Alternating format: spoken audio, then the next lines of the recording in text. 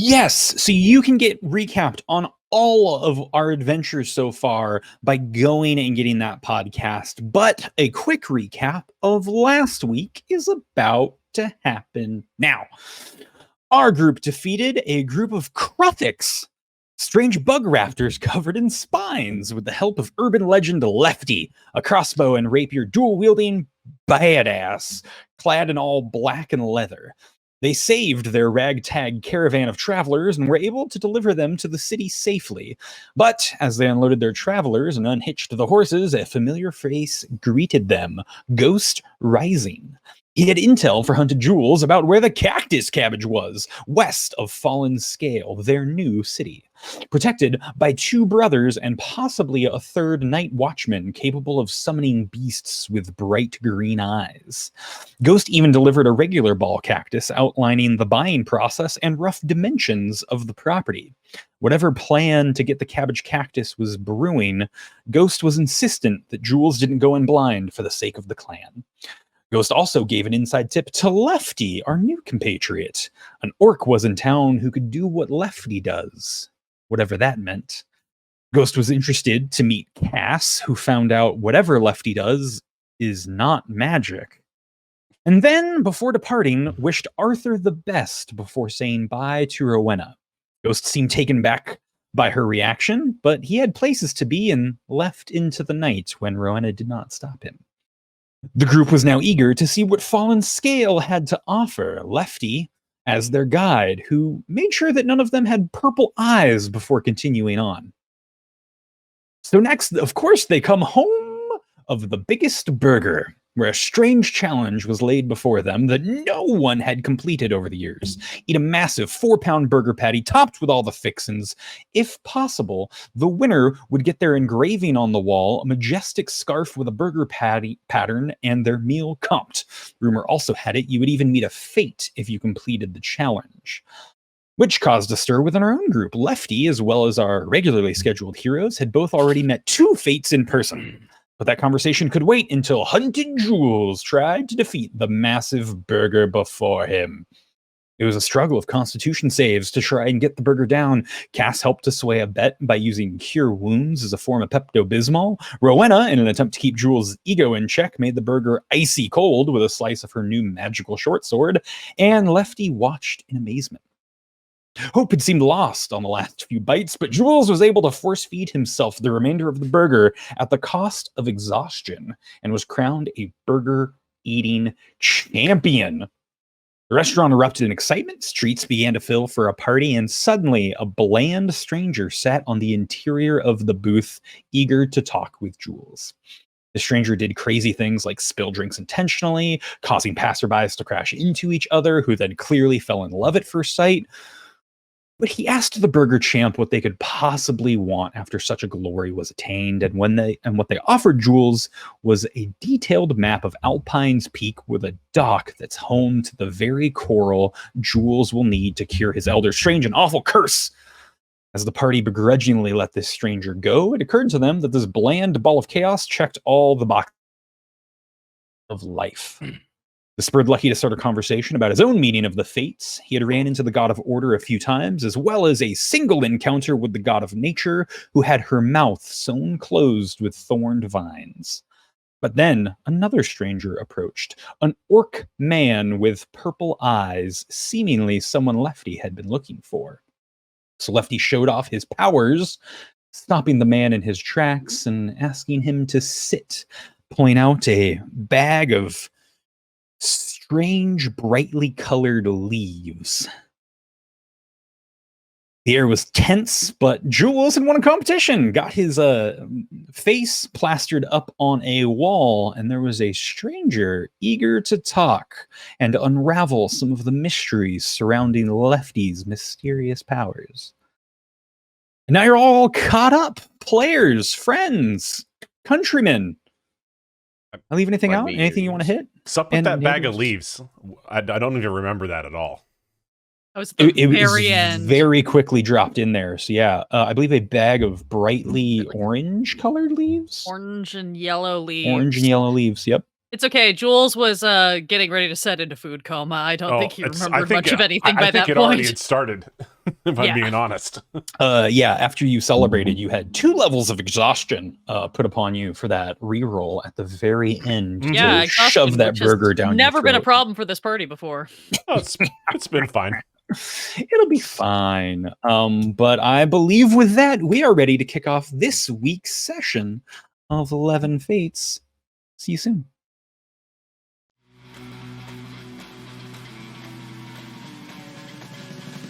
If I'm going to bargain, I'll take their lies and their secrets down with me. A chosen champion of the gods. Better remember the name Hunted Jewel, because the next time you see me, I'm going to be buying out the whole bar.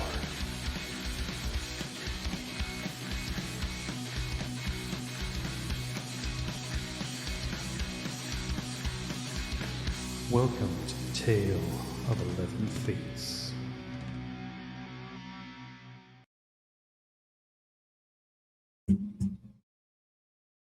Now start talking. And welcome. I was getting the music going, but here we are, set for 11 Fates. You join us as the camera descends back into the ruckus party that is happening on the streets of Fallen Scale. It's a lot of dirt, it's a lot of sand. You feel like there's always a tumbleweed around the corner, but right now, night of celebration, of achievement, of accomplishment, of people bumping into another. But as we come through the crowd and wind our ways in, we find seated around a table. And this table is in bewilderment. They may have just met a fate. They may have just encountered a new confidant. But they come around nonetheless. Seated, we have Hunted Jewel, Rowena, Caecilian Dydrove, and Lefty. The man in all black, now stricken up in a deep conversation with an orc with purple eyes, who is eager to discuss. Right, thank you for this honor, champion of burger. But you moved that cup in such a unique way. Say that. I'm gonna be up front. I heard you can do something similar. Oh, you heard I could do similar things. How would one hear about these? Particular talkative tabaxi. Huh. Not this one. Oh. Thank you for the point of clarification. Was this an orange or a gray tabaxi? Lefty genuinely Orange. can't remember. It was orange. You hear from a slumped over Jules in the chair. Yeah, just it's there with your orange. belly already like swelling and bloating, 100%. and it's just like a 4-pound food baby now in your stomach. Mm-hmm. Yes, he was been in town a few days. I believe he just departed. I absent-mindedly dropped a tray of vegetables and didn't want to see them spoiled, and before I knew it, moved them myself. And he like reaches a hand out and just has like a drink from the bar slide through the crowd around all the people that are cheering across to him and like into his hand to take us down on the table.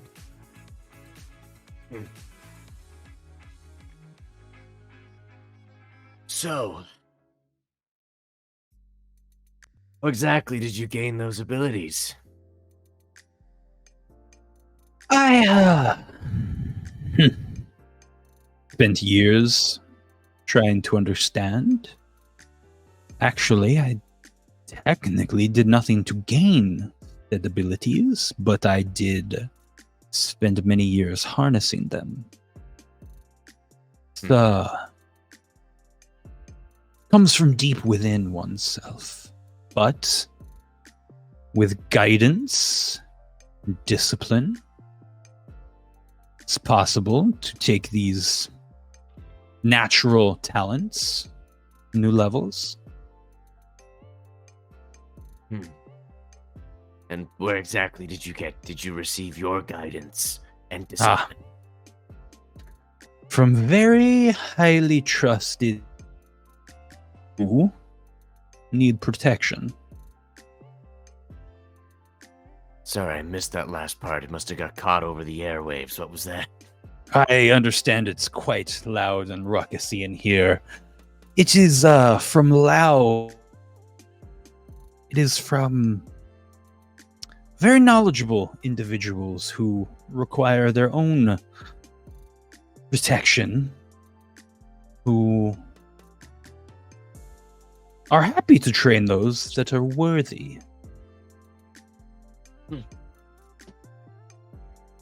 Judgment of worthiness. I guess that's a fitting place for my next destination, then. It's more a judge of character.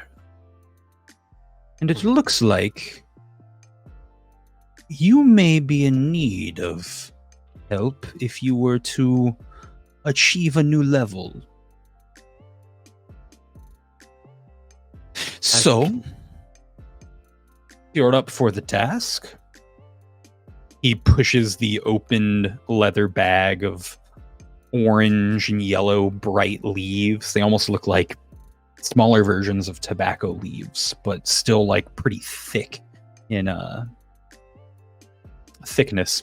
Don't know why I was going with something more fancy than that, but yeah. Go ahead and eat. 4 of these should do. Why are you helping me right now? I am going to test your character. Sorry, once again, it was quite loud. What was that? It's fine. I am going to test your character. That is, if you wish to find guidance for these possible powers you may possess. Lefty's gonna judge this for a moment. He was given strict instructions, do not ask for his help. So he's just making sure that he's like, did I ask for his help? Nah, he just kind of gave me this. I didn't ask for it. Therefore, I can take these. So he's gonna give him, he's gonna start a munching. Sounds good. It tastes strange. It's a leaf, so you're not expecting much. Maybe, I don't know, grass, maybe just like one neutral flavor.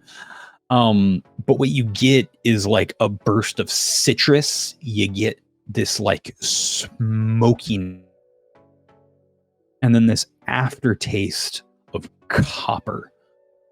And they're hard to munch down, but eventually become easy to swallow.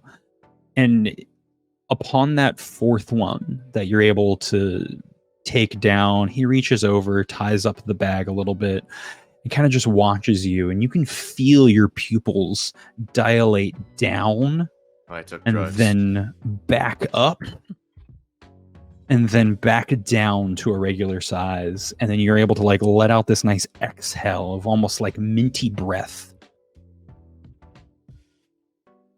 Can you do me a favor and take your psychic PowerPoint pool? Take that to max. Like a Mac, like you. But like go ahead and refresh that pool. Oh, dope. Yeah. So that brings you up to your maximum points, which is what, 4? 4 points, and then I can recover one as a bonus action on a short rest. Awesome. And then I have 1 power, which I can use once for free on an action, and then it will cost me after that. Cool. I like all of those things. But that pool of 4, add a bonus point to that temporarily. All right, I'm just gonna keep track of that in my book. Yep. I don't know how to work D&D. Yeah, if you want to just throw a sticky note somewhere that says you have a bonus psychic power point, And you can also just feel this surge now come from your jaw, down your throat, and like through your stomach that like bursts out as that last leaf comes through you. And this orc just begins to kind of like nod and smile a bit. And you know that at some point you'll be able to overcharge one of your psychic abilities. You'll be able to spend... Where is it? Because I want to make sure this is consistent for you. Lose this challenge. You will be able to spend 3 psionic points in order to activate any of your abilities, but double all dice for that ability's activation. Also double any modifiers applied to those dice. Well, dice and modifiers? Yes. This guy has the good bad drugs. And it's at this point that you can now see in the cross, or not in the cross, in the just offshoots of your vision, just those peripherals that you can never quite focus on, just motes of light hovering about 3 feet off the ground. And then whenever you kind of like look over to the side to try and spot them, they're gone, but they only exist in your peripherals where you can't focus in on them. Curious. Lefty's composure kind of breaks a bit. He's trying to be all stoic, but he's definitely a little frazzle-dazzled by this. Thanks for the drugs. I suppose we should all rest up and get going on our rest of our quest. Why are you doing this? You never answered my question, sir. I need to understand the person that you choose to be. The easiest way is to see how you live your life. And he reaches into the bottom of the bag and pulls out just this leaf that's both orange and yellow and has like these like melded patterns into it, and then sticks it into his mouth while he continues the conversation. So, I ask of you, change a life. Change a life.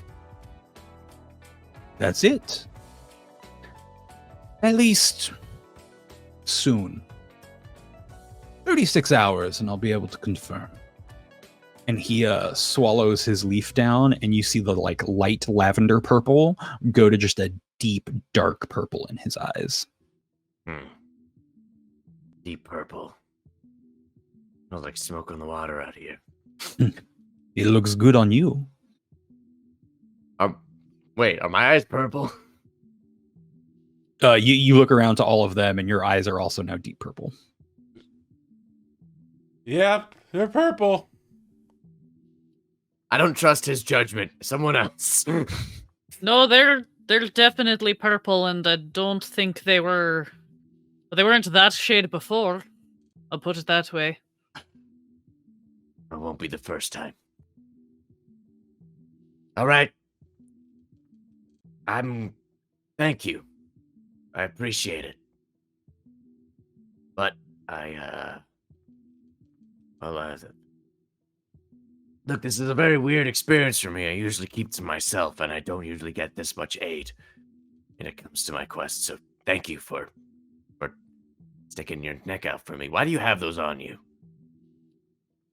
Do you choose What, up? these? Yeah, do those like snacks? Beef jerky? Oh, these clever little leaves? Jamaican? Just fauna. Here, and he offers it to like any of the other of you. I couldn't eat another bite. I know it's just lettuce, but I had so much lettuce. I don't expect you to eat for many days, friend. Rowena is gonna tentatively take one and just sort of roll it between her fingers and kind of look at him, look at Lefty, look at Cass, and then just tuck it into her pouch. It would be a nice buzzy feeling for your mouth. I don't recommend swallowing it. Most people become violently ill.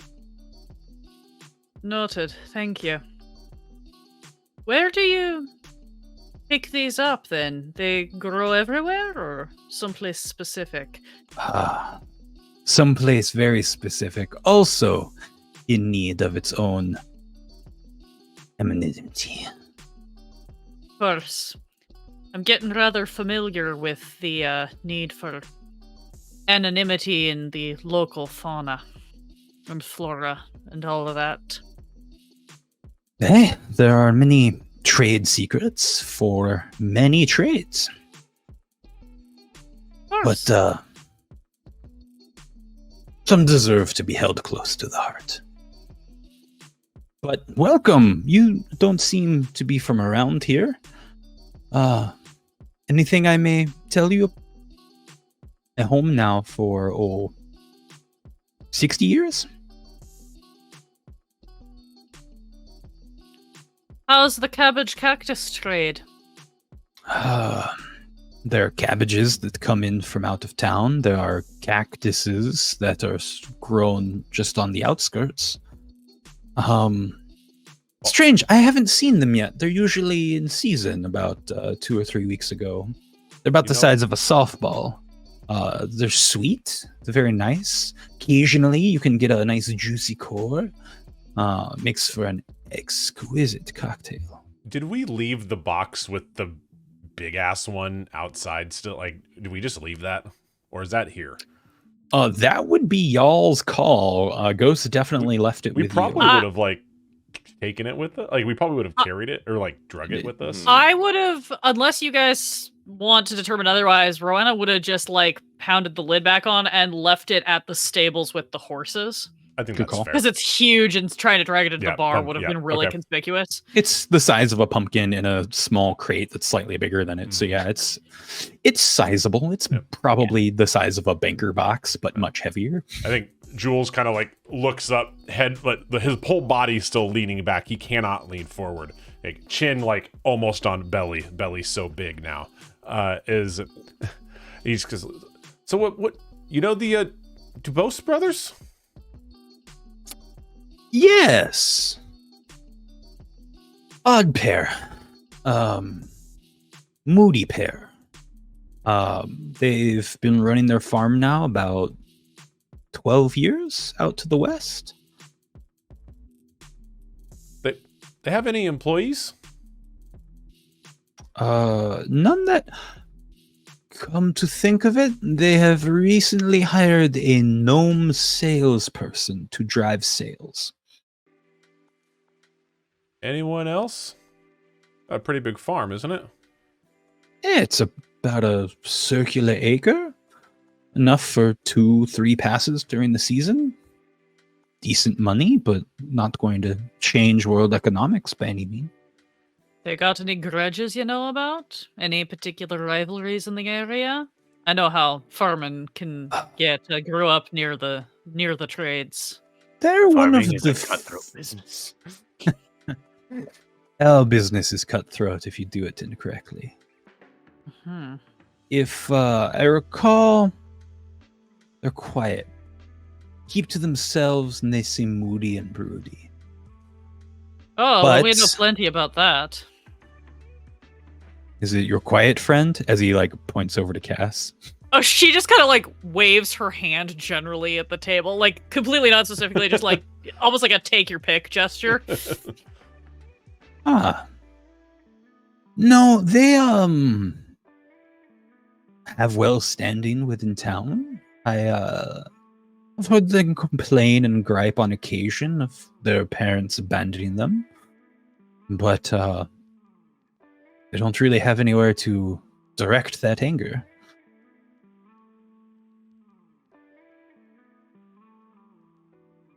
What's up with y'all and cactuses? This is like the second time cactus has been brought This up. is the MacGuffin. We just have to get it. I'm sorry, what, a Maguvin? Sorry, it's a turn of phrase about I haven't heard of it. we're in search of a very particular sort of flora ourselves, and Our quest seems to have led us here. Cactuses? Yes, ball cactuses specifically, or as Jules likes to call it, the cabbage-cactus. Cabbage-cactus. Yeah. Or cactus cabbage, depending. Yeah. So it's it not might change. 2, it's 1. Just one, and they're about this big, and Hunted Jewel like makes a big thing of how big like the one that we saw was. Yeah, they're like this big, and he holds up his hands about the size of a pumpkin. Yes. Ball cactuses tend to be smaller. Cabbages tend to be bigger, but not quite that big. And the crossbreeding of a leafy green vegetable and a flowering spine-covered vegetable is completely unheard of. Well, that's why it's a quest now, isn't it? I wish you luck on it. You're very kind. Is there anyone in town that is familiar with curses or some of that like magic where you like wave your hands and like maybe like something that isn't around appears, like maybe like it's green, maybe it looks like eyes? I don't know, I'm just spitballing. I haven't seen anything like that, but did someone in town maybe do something like that? Are you saying are there people who can change colors of objects? It's actually a basic wizarding cantrip. But there are a few wizards who reside in town. They help with rebuilding the walls, sort of infrastructure things, maintain our ecos for when we need to. It's like, I think we're looking for something a little bit more on the like mercenary type thing. On the more malicious side of arcane potential. Yeah.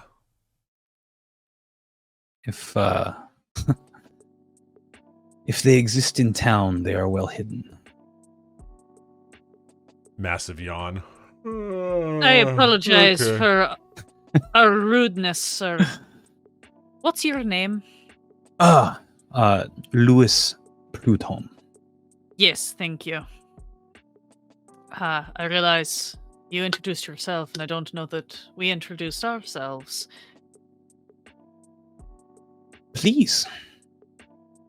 I'm Rowena. This is Hunt and Jewel, Cassilian, and of course Lefty. But I think I've heard of his him. sorts. Didn't quite understand the rumors that befell my ear until now, but I am pleasantly corrected. And aside from judging his character, is there nothing else that you're wanting from us, then? Oh, I can't say. I wanted to meet the fabled burger champion of the evening. I've done that. That was my only business for coming out. It's quite a remarkable feat. It didn't actually tend to stay this long. Well, in that case, I don't think we should be keeping you any longer. I appreciate that. You all look like you could use a rest. And he like reaches into his coat and just pulls out a couple of cards and then just does like a little signature on the back and then puts out 4 in front of you. If you like, I have halfway home. Typically housing of orphans, those who've been abandoned. But thankfully, we are slow on business. If you would like, I have room that you may stay. If not, you all look like capable adults. I think we'll be able to find accommodations on our own, but I appreciate the offer. If for some reason you do find a stray, please. There are always doors open here. I bid you adieu. It's really Rowena nice will of keep you. the cards. And yeah, he just pulls out kind of like a beret style hat from one of his pockets and like gives it a flurl out and just kind of puts it on and hands in the pockets, shoulders up, and kind of just slumps on through the crowds of people that are still partying and cheering. Every once in a while, someone comes by and like shakes Jules a little bit. And they're like, "That was awesome, man! I was here. I was over there. You were great." And they like always start nice to chugging meet their a fan. beers and like rotate back out again. And I think by this point, we've probably been here for like, at least 45 minutes to probably maybe an hour of just hanging out afterwards. Hunted Jewel is full on food coma, basically falling asleep in the chair at this point. Probably has a scarf like wrapped around, like covering part of his face, his like pillow. Like pulled it back for a pillow. Like absolutely. And then you kind of wake up towards the end of He's a Jolly Good Fellow, and then the 3 cheers, Hunted Jewels, Hunted Jewels, Hunted Jewels. You're like, what? I think Rowena is gonna just kind of observe and kind of just be like, all right, I think we've had enough personal attention. It's time to go someplace more private where we can sort out what happens next, yeah? Yeah, no, that sounds great. Can you move? Maybe. Let me try. It's really hard. It's really hard. Fires and fates. He's definitely moving slow. You've never seen him sluggish, so it's kind of strange. Is it just that depressing thing when the cat just like slow creeping and then stops and then slow creeps again? I think so. Is it? Yeah. It's like the bipedal version of like a cat whose stomach is just a little bit too big, so it kind of drags along the ground. So it's very slow going. It's pretty pitiful. Hunted Jules is not used to this feeling. This is probably the first time he's ever felt like this. Lefty, you got any suggestions for where we should find accommodations, or shall I go take a look around? I'm usually pretty good at spotting lodgings. Lefty should know like a place where he usually goes and stays the night, right? Oh, absolutely. I mean, you've been through town and dropped off a variety of passerbys, so you kind of have your like low place. You kind of helped out one of their family members. They're always happy to house you specifically, but it's not the best. It's kind of like an upstart bed and breakfast that they're like, we don't have the capacity for breakfast yet. And then you've got kind of like the actual hotel that you're like, oh, like the mid-to-do travelers have like put you up at before. And then there is like the high-end hotel that you know about, who do get like the shipment of ball cactuses and turn them into fancy cocktails, and you like drink out of the cactus, and like you get one of those when you check in. You've got to stay there once. It was a blast because you like pay up front for like 3 days minimum. So you have those. You know that the Adventurers Guild would probably take you in. You'd have to listen to their like pitch again on why you should pay dues and become an adventurer. But kind of like after that like hour-long speech, you do get to spend the night. As long as you sit through the timeshare spiel, you can crash. Great. Yeah. Lefty goes through some variation of that information. He does add. It seems like you all have a penchant interest in ball cactuses, so if you have the money, we can always go to the fancy place. But I'm sure they'll give us a discount. We're with the famed champion Hunter Jewel, after all. And I give them all a free burger next time I go back, right? That's worth something, right? Don't think that's how trade works. I have free burgers for life. That's like infinite money. That's economics. That's absolutely not how it works, but I appreciate your optimism. Sure? Okay. Stocks. They only go up. Rowan is just gonna kind of drop back to where Cass is and be like, I don't need anything fancy, but if you think it's worth a lead, I'm asking you because right now you're the purse. I've got a little money, but not a lot. At this point is when you realize that Cass has not taken his eyes off of Lefty for the last however long every other conversation has happened. Mm-hmm. And when Rowena comes up and says that, he is, what?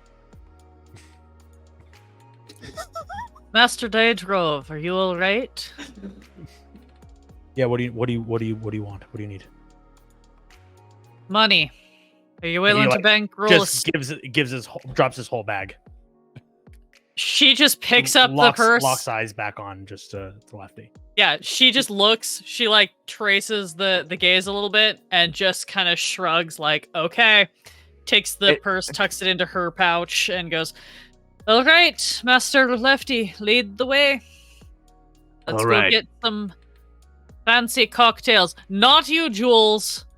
You need to settle before you have any alcohol on top of that. If you vomit, it's void, remember?" Well, that was only there. No, I'm definitely having the cabbage. The cabbage. Yeah, maybe tomorrow. You're going to bed. Nope, I'm having the cocktail. Jewel, I will knock you out myself. Yeah, please don't make me punch you. This is a promise. Don't make me punch you. You're moving slow enough that I could actually hit right now. That's true. Just like, let me get a sip though before I go to sleep. You can taste. You can have a taste, and then you need to go to bed. Okay. Lead the way, Lefty. Lefty just. I rolled. Jules like the same age as Lefty. You are 4 years younger, and Rowena is very aware of that. I rolled a perception check to see if I could trace Kaz's gaze, and I rolled a 2. So he is in perfect anime pro tag fashion, completely oblivious, and he continues to strut on down to the place. He's just brooding. It's fine. You're familiar with that. Yeah, I know how to brood. Can I get a perception check from you? Yep. As soon as I figure out. Oh wait, I'm actually using D&D Beyond. Like, where are my dice? Why don't I have my dice out? Oh, right, it's because I plan to use D&D. Computer. You're all so bold tonight with the D&D Beyond. I just don't trust it. A perception check. Boom, here it is. 15. Thank you. 15. And yeah, you've been staring at Lefty for probably like 40 minutes. Like between Rowena getting her meal in, between people coming in and congratulating Jules, just like the small talk, this orc coming in and coming out and just staring at him, like you saw the eyes like shift in almost like a swirl from the outside going in, when his eyes actually went purple. And this entire time, you swear he smells like a fucking pomegranate.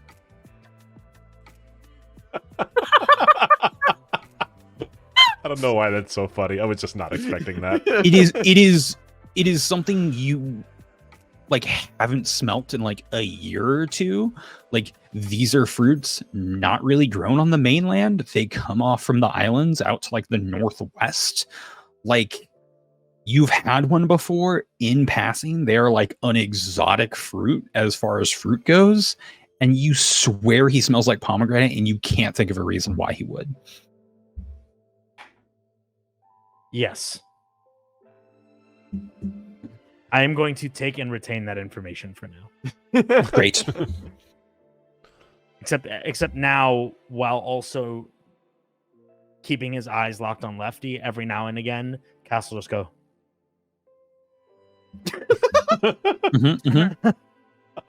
Yeah, the more in tune you get, you're like, yep, he's definitely got some BO. Yep, hasn't showered in a couple days. But there's this fucking pomegranate scent underlaying it all. Because I'm just awesome. Definitely not the space drugs I took. I'm very called out about my pomegranate perfume that I wear in real life sometimes. Okay. Which is like a normal thing and is a very lovely smell. But as far as this world goes, why a pomegranate would be in the middle of a desert on a sweaty young start adventurer? Kind of weird. I don't know. You stared at the guy for 30 minutes. You needed something.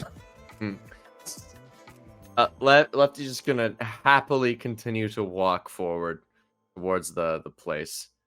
Yeah, you're able to like wind through some streets. The once you get about a block and a half away, kind of like the spontaneous street party dies down. There's less torches about, but there's still some like night lights that are lit. You make your way, and you do come up to this larger cylindrical building. Every once in a while, it has like an entire bar going through it that's just hollowed out. Makes some fun whistling as the winds shift about, but it helps keep its uprightness. It's about 4 stories tall, big round cylinder kind of sticking up. For those of you that know San Francisco, almost think Quake Tower type of level of things, but has like these round windows here and there, and just looks like a very nice establishment. And there is a doorman that's there who kindly greets you, opens the door for you, and you enter in this nice big lobby that has like a water feature and some plants and like a myriad of rugs kind of laid out everywhere. A little place for you to kick your shoes off, a like brush to dust off any sand that might be on you. You think you have to get the brush yourself, and then someone comes up and picks up the brush and like dusts you off a little bit and then puts it back and then like runs off to their little station. And you come on up to the front desk where that same person has now ran over and has like gotten up on a step stool. Male, pretty short for a human. He's only like 5'2". Hello and welcome to the Oasis. Checking in on this eve. We're having a special. Unfortunately, our complimentary cocktails have been altered into a terrible bowl this season. It is quite the sight. But it would be perfectly suited for the 4 of you. Yes, that's great. We're here with the champion of the hour, Hunted Jewel. Yes, Hunted Jewel. Yes, very nice to meet you. Very exciting. And Great to meet you too. My word travels fast. Would you do me a favor? And he like pulls out a like rough edition of a pamphlet and like puts it over to you with a quill. It's like, could you sign your photo? And like they have like a rough sketch of like what your picture is put up on the wall. Oh yeah, of course. And I do my autograph, and it's just HJ, and the H has cat ears on the 2 tops of the capital H. This is the picture in the pamphlet. Yeah, that's a spitting image. That's exactly what Hunted Jewel looks like. Yep. And they're like, thank you so much. And like they like move their thumbs and they're like, Hunted Jewel's Burger Champion proudly endorses, and then underneath it, the Oasis, and like has your picture and your signature there, and they take that and like he hands off. He's like, make all the copies. I want to quickly try and grab that. Absolutely, go for it. Let's see. Do you have sleight of hand? Can I assist? If I just like fully like pull out my hammer and do a like distraction move on the table. Sure thing. Yeah, if you want to just make a loud bang. Rowena, give me a straight up D20 roll. So I do not have sleight of hand. That's a 19. Excellent. So we'll give you advantage on this roll there. Of disadvantage on ability checks. This is going to be a dexterity ability check that you may apply your sleight of hand to. Could I potentially use my telekinetic movement to like also like influence the pamphlet a bit, just like by like moving, like tugging at it to potentially give him advantage on top of this? Fun fact about D&D 5e: if you get advantage and disadvantage in any amount, they cancel each other out. So even 1 to 3 would still be just a regular roll. Do you not get to add on top of it even post being canceled? Correct. Really? Yeah, I didn't actually. Once you've had it applied once in either direction, if it gets added as many times in the other direction, it just cancels itself out. Does that ruin one of your power builds? No, it does not. But I just don't like it. Unless you're my crazy Sunday night DM who has been known to give our sorcerer quadruple advantage on things and just makes her roll like 5 d20 at once and pick the highest. And they're like 11. Straight up, that's an 18. 18. Yes, he like makes eye contact with the person before starting to hand it off. As you're like able to see it and read it, it's starting to go away from you, and yeah, you're able to quickly enough grab it back. And I tear off the bottom part of the endorses something, and I rip it off and I hand it back. Nice to meet a fan. You can talk to my agent and coach, and I pull back to Cassilian to Cass, and we can talk royalty and sponsorship opportunities. Quite. Thank you. And like rips off the useless bottom part now, and then like just tucks into his pocket and like waves the other person back, and they like kind of scurry off. Checking in, are we? For 4? Yes. Would you like individual rooms or a master suite? Individual. Excellent. That will be 10 per room for a total of 40 gold. Cass tries to grab Rowena's attention and Rowena looks over to him at the number and puts up 3 fingers. Only 3 rooms? I can pay and for then myself. You all can pay for your situation. Down to 2 rooms. Yeah, again, Cass has not changed his mind. He just leaves up his 3 fingers and then turns and walks towards the outside. And like you see him kind of exit the door and kind of start to look around and do his normal like finding of a tree. Yeah. Sure thing. Rowena just nods. She'll look at the other 2, and then she'll go, 2 rooms. Give him 20 gold. I give you 10 gold, Rowena. Great. Yeah. Thank you.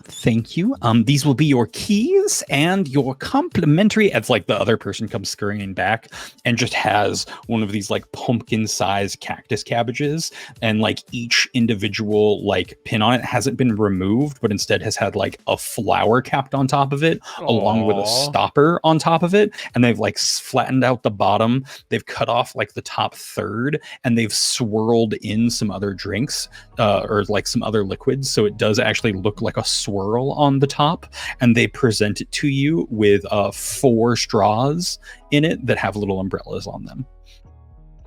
Rowena's gonna like scoop the cactus. She's gonna check and be like, that's 4 keys for the 2 rooms, yes? Yes, and like just looks at it a little bit and then like ducks under it and grabs a second key for both rooms. She will turn. She's going to hand 1 key to HJ. She's going to hand 1 key to Lefty. She's going to pocket the other 2, and then she's going to take 2 of the straws and do the thing where she makes sure they're fully inserted, puts her fingers over the ends, pulls them out so they come out full of liquid, and offers those to the boys.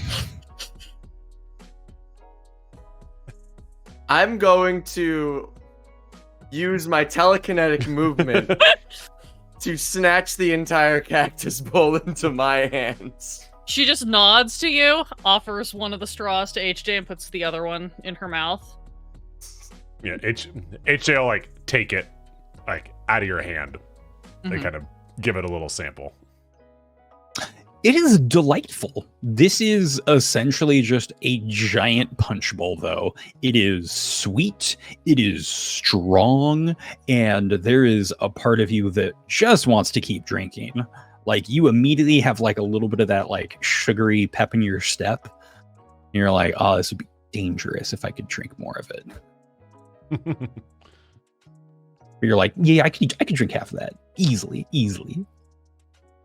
No, you can't. You are giant right now. You have absorbed 4 pounds of burger. Yeah, like it's pretty good, but yeah, no, I'm definitely probably gonna pass on the rest. I really shouldn't be hungover for tomorrow. We got work to do. Smartest thing you've said all day, HJ. Why don't you head up and go to sleep? We can always get another one tomorrow night, if everything goes well. Yeah, okay. All right. I'll see you guys in the morning. And you're escorted off to your rooms. You have an entire cactus cabbage if you'd like to try to take it on yourself there, Lefty. And Cass, you're off looking for a tree. It takes you a bit, and at some point you find like a cluster of like 3 growing palm trees that are only about like 8 or 9 feet tall.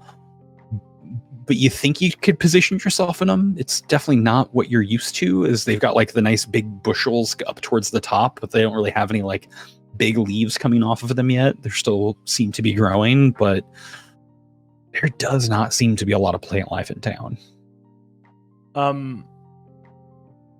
I'd also like to, while looking around for these trees, I'd like to kind of circle back by the hotel and go up to the front desk and quickly ask what room Lefty is sleeping in.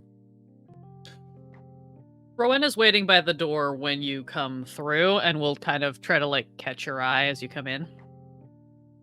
And I will promptly ignore her. At which point she will roll her eyes and just follow you up to the front desk.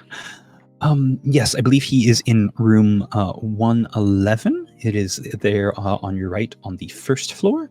And Rowena's going to slide the second key to Lefty's room into Cass's hand. Just like settle right up next to him, slide her arm under his, and just pass him the key. So we have one room for Lefty, one room for HJ, HJ. and you have a key to both of them?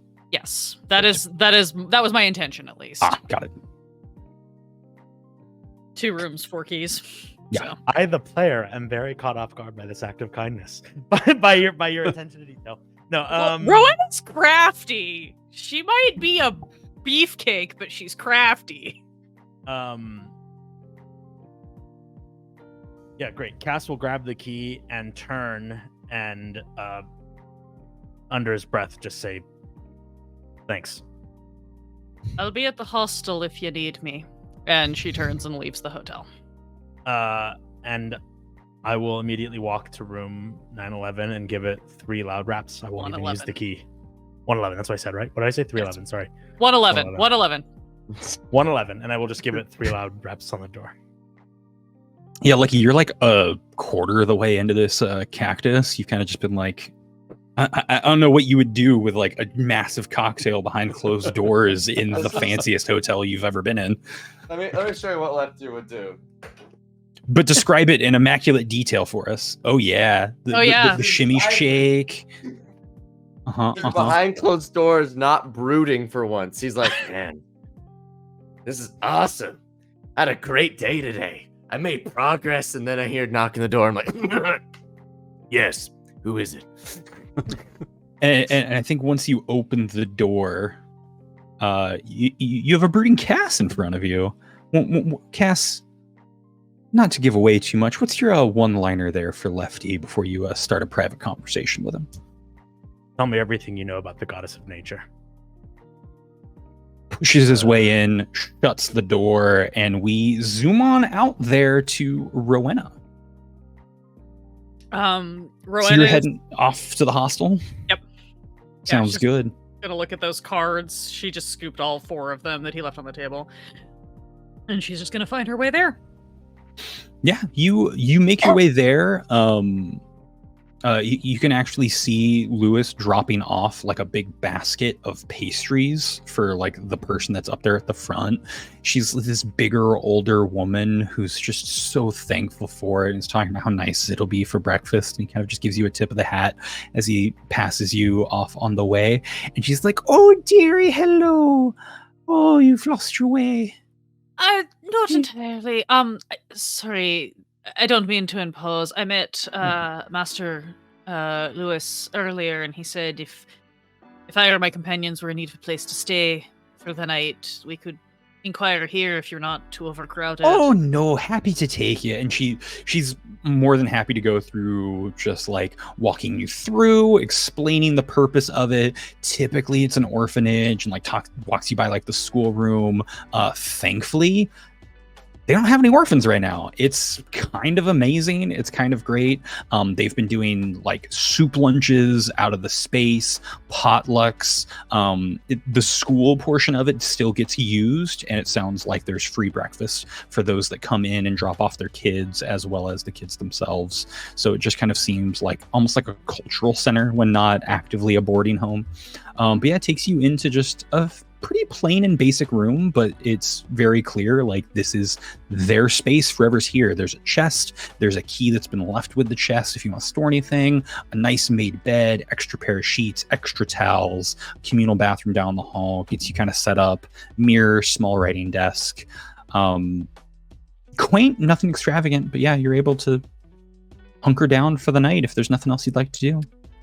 Rowena is going to basically spend as much time as she can before she just has to go to sleep, reading through the Wizard Core's book that Alana gave her when we stopped at the house. And also, like, it's a side-by-side of that and Arthur's journal with all of the weird runic writing, and it's just going back and forth between the two, just looking at both of them, trying to parse anything she can from either of them. And it's like when she gets too caught up and gummed up in one and it starts to like blur together because it's been a long day and whatever, she switches to the other, flips through that one, and it's just back and forth until she physically can't keep her eyes open, and then she'll go to bed. Certainly. And yeah, you're able to get 2 or 3 hours into it. You get like 1 or 2 in the morning. You feel like you're starting to recognize these patterns in this book with all of these runes, and you can even see some sentence structure that seems to be recreated from the Wizard Core's writing and how she documented a lot of things. And you think you're making progress here and there, but like the Wizard Core writing is also super fascinating. Like, it cuts so deeply and direct to points, and you're just like, I've never understood what happened to metal at such a small level when I heated it up, and now I do. Like, you're already starting to get understandings of how kind of the world works just through almost a different lens that you've never bothered to look through. So it's definitely fascinating. Like, your brain is picking this up pretty quickly, and you're like, yeah, I want to keep reading. Like, but you're only like a fifth of the way through it after about 3-4 hours. Right. Yeah, you pass out. The two of you, Lefty and Cass, have probably about hour-long discussion before you dip on out of there. Cass, it is getting late. There is dancing to happen. My arms. Use your shoulders. Yeah. Head bob. Yep, there it is. Yo, what's up, Longshot RPG? How y'all doing? I hope you guys are doing amazing. Longshot? Yeah. What up, Longshot? What up? How did the sesh go? Is that Taylor and Tracy? And is Ben Brainerd there with y'all tonight?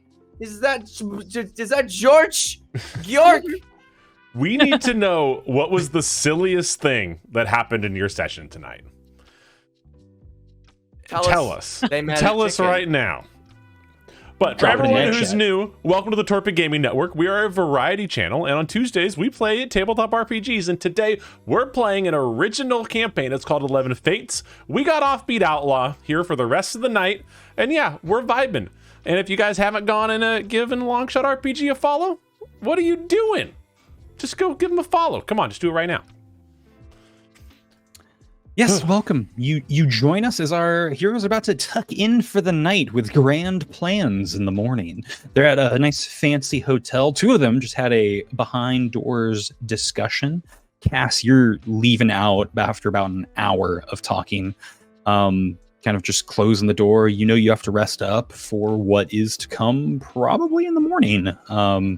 You've done enough tactical advances on various positions back in the day that the longer you stay gathering information, the faster a leak can potentially get to them. So you're not going to want to sit on the intel that you have for heading out west to get that cabbage-cactus Hunted Jules is so after. We need it. But yeah, everyone finds sleep in their own ways, outdoors amongst nature.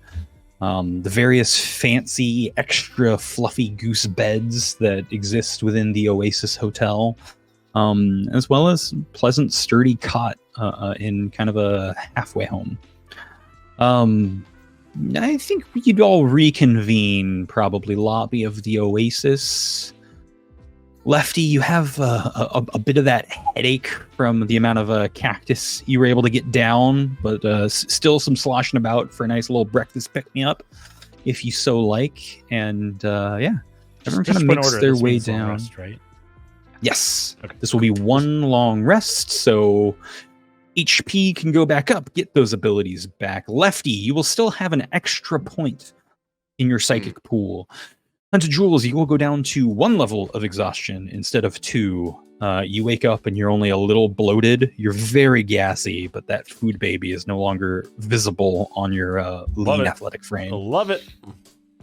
I'm gonna take the thickest shit. Oh yeah. Oh, 100%. It was not a pretty one, for sure. Gonna coil around the bowl like a snake. And that's why we went to the fancy hotel with the big bathrooms where you can sit in that nice big bathtub and like. Don't do it in Really the bad. bathtub. That's just rude. No. After. Oh, yes, Dear yes. God, man. What did you think I was saying? You picked up on exactly what you thought I think I was saying. Yeah, I need nailed it. more First women try. in this group. We're bringing So- Christy back next season. You all reconvene in the Oasis lobby. You've turned your keys back over, and they kind of shoo you, and they're like, no, it's a 3-night minimum. You're free to stay longer if you so inclined. The room's yours for the next 2 nights. But kind of shoo you all together. You, reconvene 8 in the morning. A bevy of fresh fruit is provided, as well as various teas and coffee grounds, if you so choose. It's got like a nice little breakfast spread here. But yeah, Well, I have been tasked with changing a life in the next 36 hours.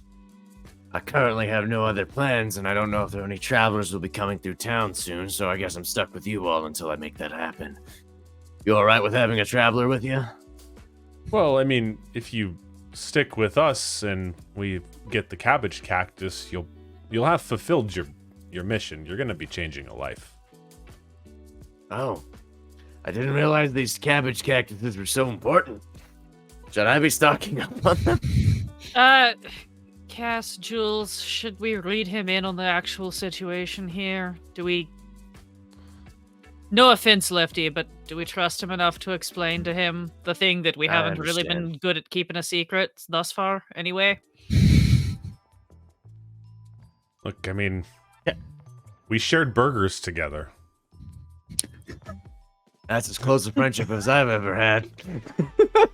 Jules, you want to take this one, or shall I? Yeah, no, Lefty. So basically, TLDR, my hunt's leader is sick, and we don't know what's wrong with him. But what we do know is how to make an antidote. We need the cabbage-cactus. That's one half, and the other half is on this map. And Hanajul pulls out the map that the God of Life gave him the other day. Is up here at this dock. So, if you help us, Is that it? yeah, what? Is that dock in town? No, it's up Okay. in the northeast of the continent. There's you get a. Do you actually show him the map? Yep, yeah, I put it on the table. Okay. Yeah, you remember James's house is on the outskirts of town, and like his house is perfectly drawn there with his like shitty ass fence in the backyard and his overgrown like weeds that makes up like the wall of his doghouse. Is like there in the left corner with like the arrow with Alpine's Peak pointing to it. Alpine's Peak, huh? I By guess far, are you sure you want to head over there? I have to. Good luck. Well, I can certainly help you here. I have no intention of heading to Alpine's Peak. That is Well, the last place I would like to go, actually. Yeah, that's But I can help you here. that. Let's get these cactuses. That'd be more than enough. Yeah, we got to go. We're gonna go to the farm. We're gonna figure out a way to get past that dwarf. And Hanajul kind of like starts talking a little bit quieter because he realizes, like, oh, he looks around. There's probably people listening. So we're gonna sneak past the door. I don't know if we want to do it at night because then there may be less people, but there'll be the green eyes summoner thing that nobody knows about. But I don't think it's a dwarf. I think it's a gnome. No, you're right. You're right. More concerned, honestly. More. Could go either way. Just differently concerned. Any of the small folk have reason to be on edge. Is there any reason why we can't just walk in and buy one? Well, they don't let us up. They just dish out the cabbage-cactus down from the bottom. That was how Ghost got his.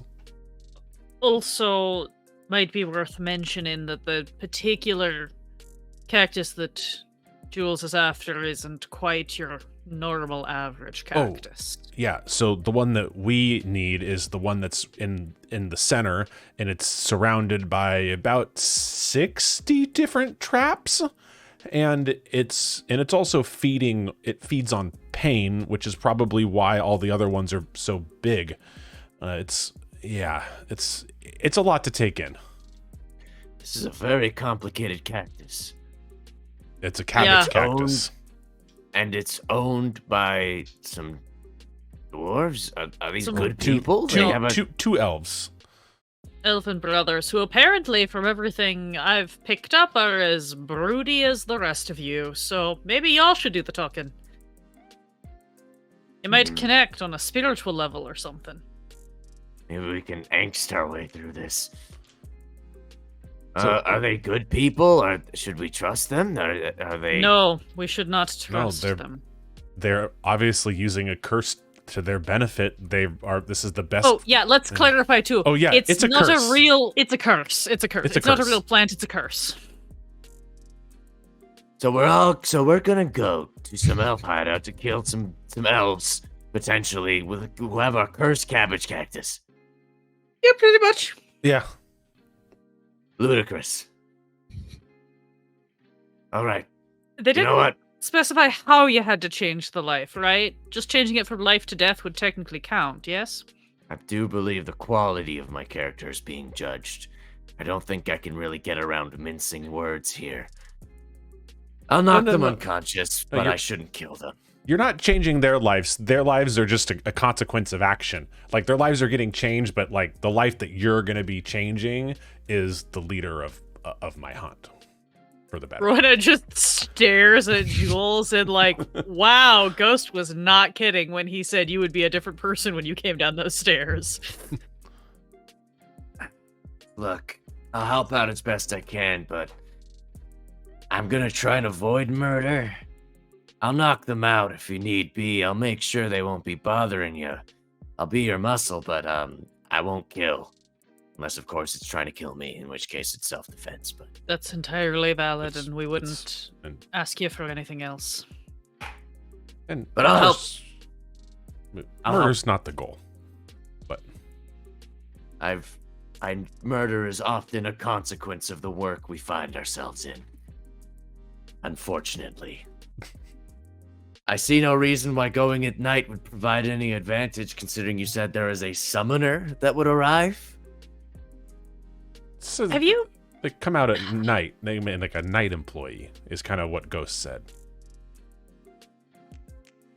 Lefty, have you ever heard anything about a summoner around these parts? I know they're around. History check? But... Yes. Go ahead and give me a history check, Lefty, for if your local knowledge might be able to hit up on any of this. And does anyone have Arcana? I do have Arcana. Yes, you do now. That was a rhetorical question because I knew the answer. Please roll on Arcana there. I got a 23 on the history check. 13 Excellent. Arcana. Yeah. 13 Arcana. You, Jules, know that, yes, through magical means, you can kind of consolidate magic into almost like another entity is acting.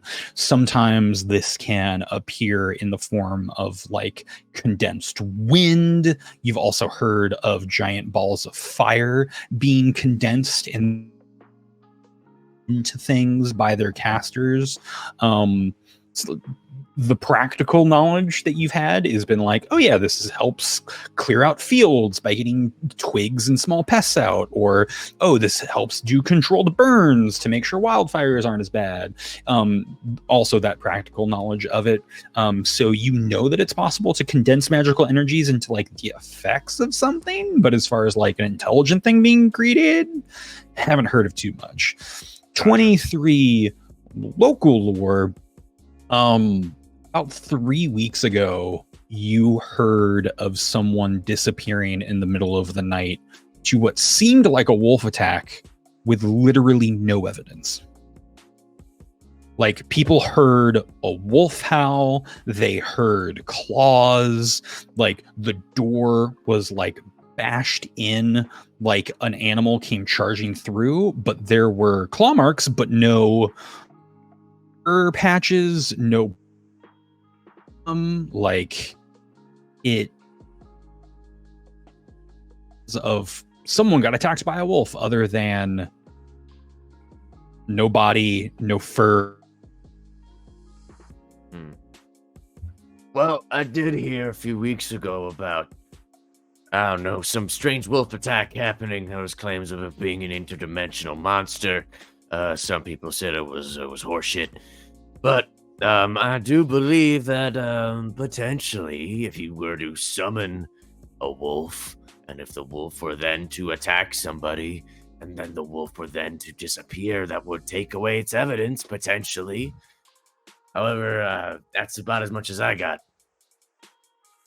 So, well, what do we want to deal with? A gnome or a potential wolf summoner?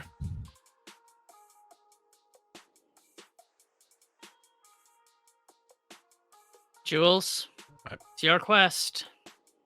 So I mean, if we can sneak in, and so if we have go in during the day, we have to deal with 3 people. If we can sneak in, we maybe potentially only have to deal with 1 at night. All right. Let's wait till nightfall. Great. The plan is to wait till nightfall. You have rooms here at the Oasis. You have quite a throng of followers at the burger joint if you want to have some attention before you make your ways out. But through whatever ways you want to pass time, it'll pick on through a montage of sorts of getting ready, checking equipment, any side bits we'd like to do. Lefty's gonna actually make his way to the cactus place and do like a bit of a stakeout before it. Just to, like, get a lay of the land and see, like, maybe meet the people first, and so that he knows what he's getting into for Sure thing. Yeah, you definitely didn't hear like the full debrief from Ghost, so it makes sense. Give me a stealth roll and a perception or survival, whichever you prefer. 21 on the stealth roll. Excellent. And then survival. Oh my god, I'm rolling so good. 22. 22. Yeah, no. This is great. Yeah, you're like old school scout training you had to do like back when you were like a young teenager. You're like, fucking, he's right though, and you like get in, you go through the motions of it, and really what it is it's this plateau that is about a circular acre, so it's like 120 feet in diameter that goes up about 50, maybe 60 feet. And you could probably climb up the backside. It'd be a difficult climb as well as potentially a noisy climb. Like, these are dry, brittle rocks that kind of loft this up, but like it seems like there is, you know, rich soil up towards the top. But you make your way around. It's kind of a bummer too. Like, it's definitely through some like wild brush, through some craggy areas, and you do see that a gnome kind of just chilling out with a chair. He seems to have a book that he's reading. Every once in a while he pulls out like this ball in a cup and just like plays with it for like 5-10 minutes at a time.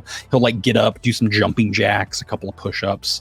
You do see at some point a potential customer come through, and you're able to get close enough to hear their conversation. And he's this guy from town. He's like, hey, I haven't gotten my cactus fixed this year. Why aren't they being delivered? He's like, oh, they're like 3 times larger than they've ever been. they're also 5 times more expensive. Starting price is 60 gold. And he's like, oh, this is crazy. This is crazy. It's like, dude, you were going to buy 12 anyway. Now you're just going to buy one jumbo. You're going to be fine. And like kind of talks him in. And he goes over and lifts up this like little hatch that's built into the wall side. It's a piece of bark painted to look like stone that flips up. And he like says something into this tube. He's like, all right, go up. They'll hand you one. And this guy like starts up the switchback trails that are on this one side. And with the 21 perception, you can actually see as he goes up that there's various signs that he's going. It's like perpendicular to you, so you can't really read them. But about when he gets to each of these signs on these switchbacks, you can see wind chimes letting loose up at the top like fence, and so they're just making these noises up top when he's going up. He's up there for about 5 minutes, and then he comes back down with a crate, which you can only assume has a cactus in it. He leaves, the gnome wishes him well, and about 2 minutes later you can see one of these elven brothers kind of reset all of these wind chimes back into the fence posts that they dropped out of, and then walks away from the cliff edge. Interesting. Okay. Other than that, more of the same. You probably spend about 3 hours kind of casing it. Gnome seems to get up about every 30 minutes of reading, plays with his ball on a cup for like 20 minutes, and then remembers to work out for 10 minutes and does like jumping jacks, push-ups, like a very sad crunch, and then goes back to reading. I respect that. I respect it. Yeah, you've successfully cased out the joint and are going to be getting back into town towards sunset. Anyone else want to get a highlight in their montage reel of passing the day? Rowena's gonna go back to the hostel and keep reading, honestly. She's just gonna set the plan of where we're meeting at evening, and she's just gonna disappear. Yeah, another 12 hours of reading, essentially. It is fascinating, this book that Core put together. It is incredibly boring to watch in a montage, but man, you're flipping pages left and right. You're consulting these runes. You do actually start to see like scribblings in the side that start to resemble the runes that you have. They're not so much like spot on matches, but you're like, I could see this getting correlated to this. Like, this is a simplified version of the ones in my book. Like, these are much more like intentional widths here and there going into narrow points, whereas you have just, you know, chicken scratch of a resemblance of the same shape. And you're starting to cue in. You're like, all right, this is talking about fire, this is talking about earth, this is talking about water, this is talking about magical properties. So things are starting to click there. And yeah, it's real interesting. Like, you're learning stuff about ore, metals, how to conduce it, latent energy that exists within everything. You're like, oh, calories is kind of like opened up to your brain. You're like, oh, okay, food. All food has certain things. Butter's going to have more energy in it than, say, wheat. But also a rock, it technically stores energy as well, but a different form of energy. And yeah. Anyone else want a little pop out of the montage to get us down to nightfall? Sun's swinging on through that sky. Passerbys. The Oasis staff happy to get you various things, treats, bonbons, fruit. HJ is like kind of getting in his head about doing this, starting to get kind of stressed out. And I think that the like silence in his room is just too loud for him. And he is going to probably walk back over to the burger shop, which is called, I'm sure that I wrote it down somewhere because it had a clever name. Maybe I didn't. I don't think we named it. It does not have a name. No. It is home of the largest It is burger. the home of the largest burger. What? Dude, you're the champ. You want to name it? What would the home of the largest burger? Actually, this was a creation entirely put into this game by our guest. Yeah. Okay. Offbeat, home of the largest burger. What's the actual name of it? That's how everyone knows it. What's the name of it? I Borgor. Iborgor.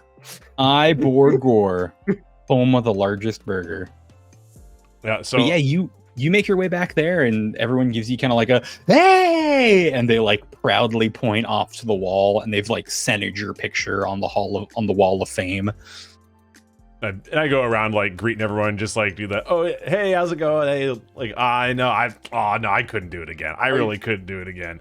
You doing the Spider-Man? Really Like, Do a backflip.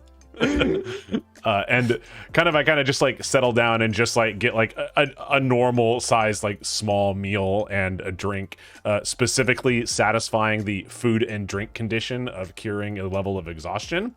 Absolutely. Before going to rest. Mhm. And I think I just probably spend like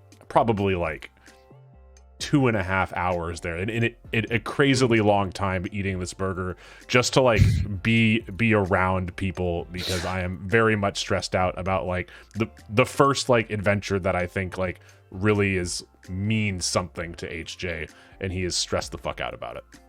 Absolutely. It's that long shot of you slowly eating this burger while everyone's like quickly moving around you, like the chefs like exchange the shift and things like that, and you finish it just before sundown and realize it's time to kind of meet back up with everyone.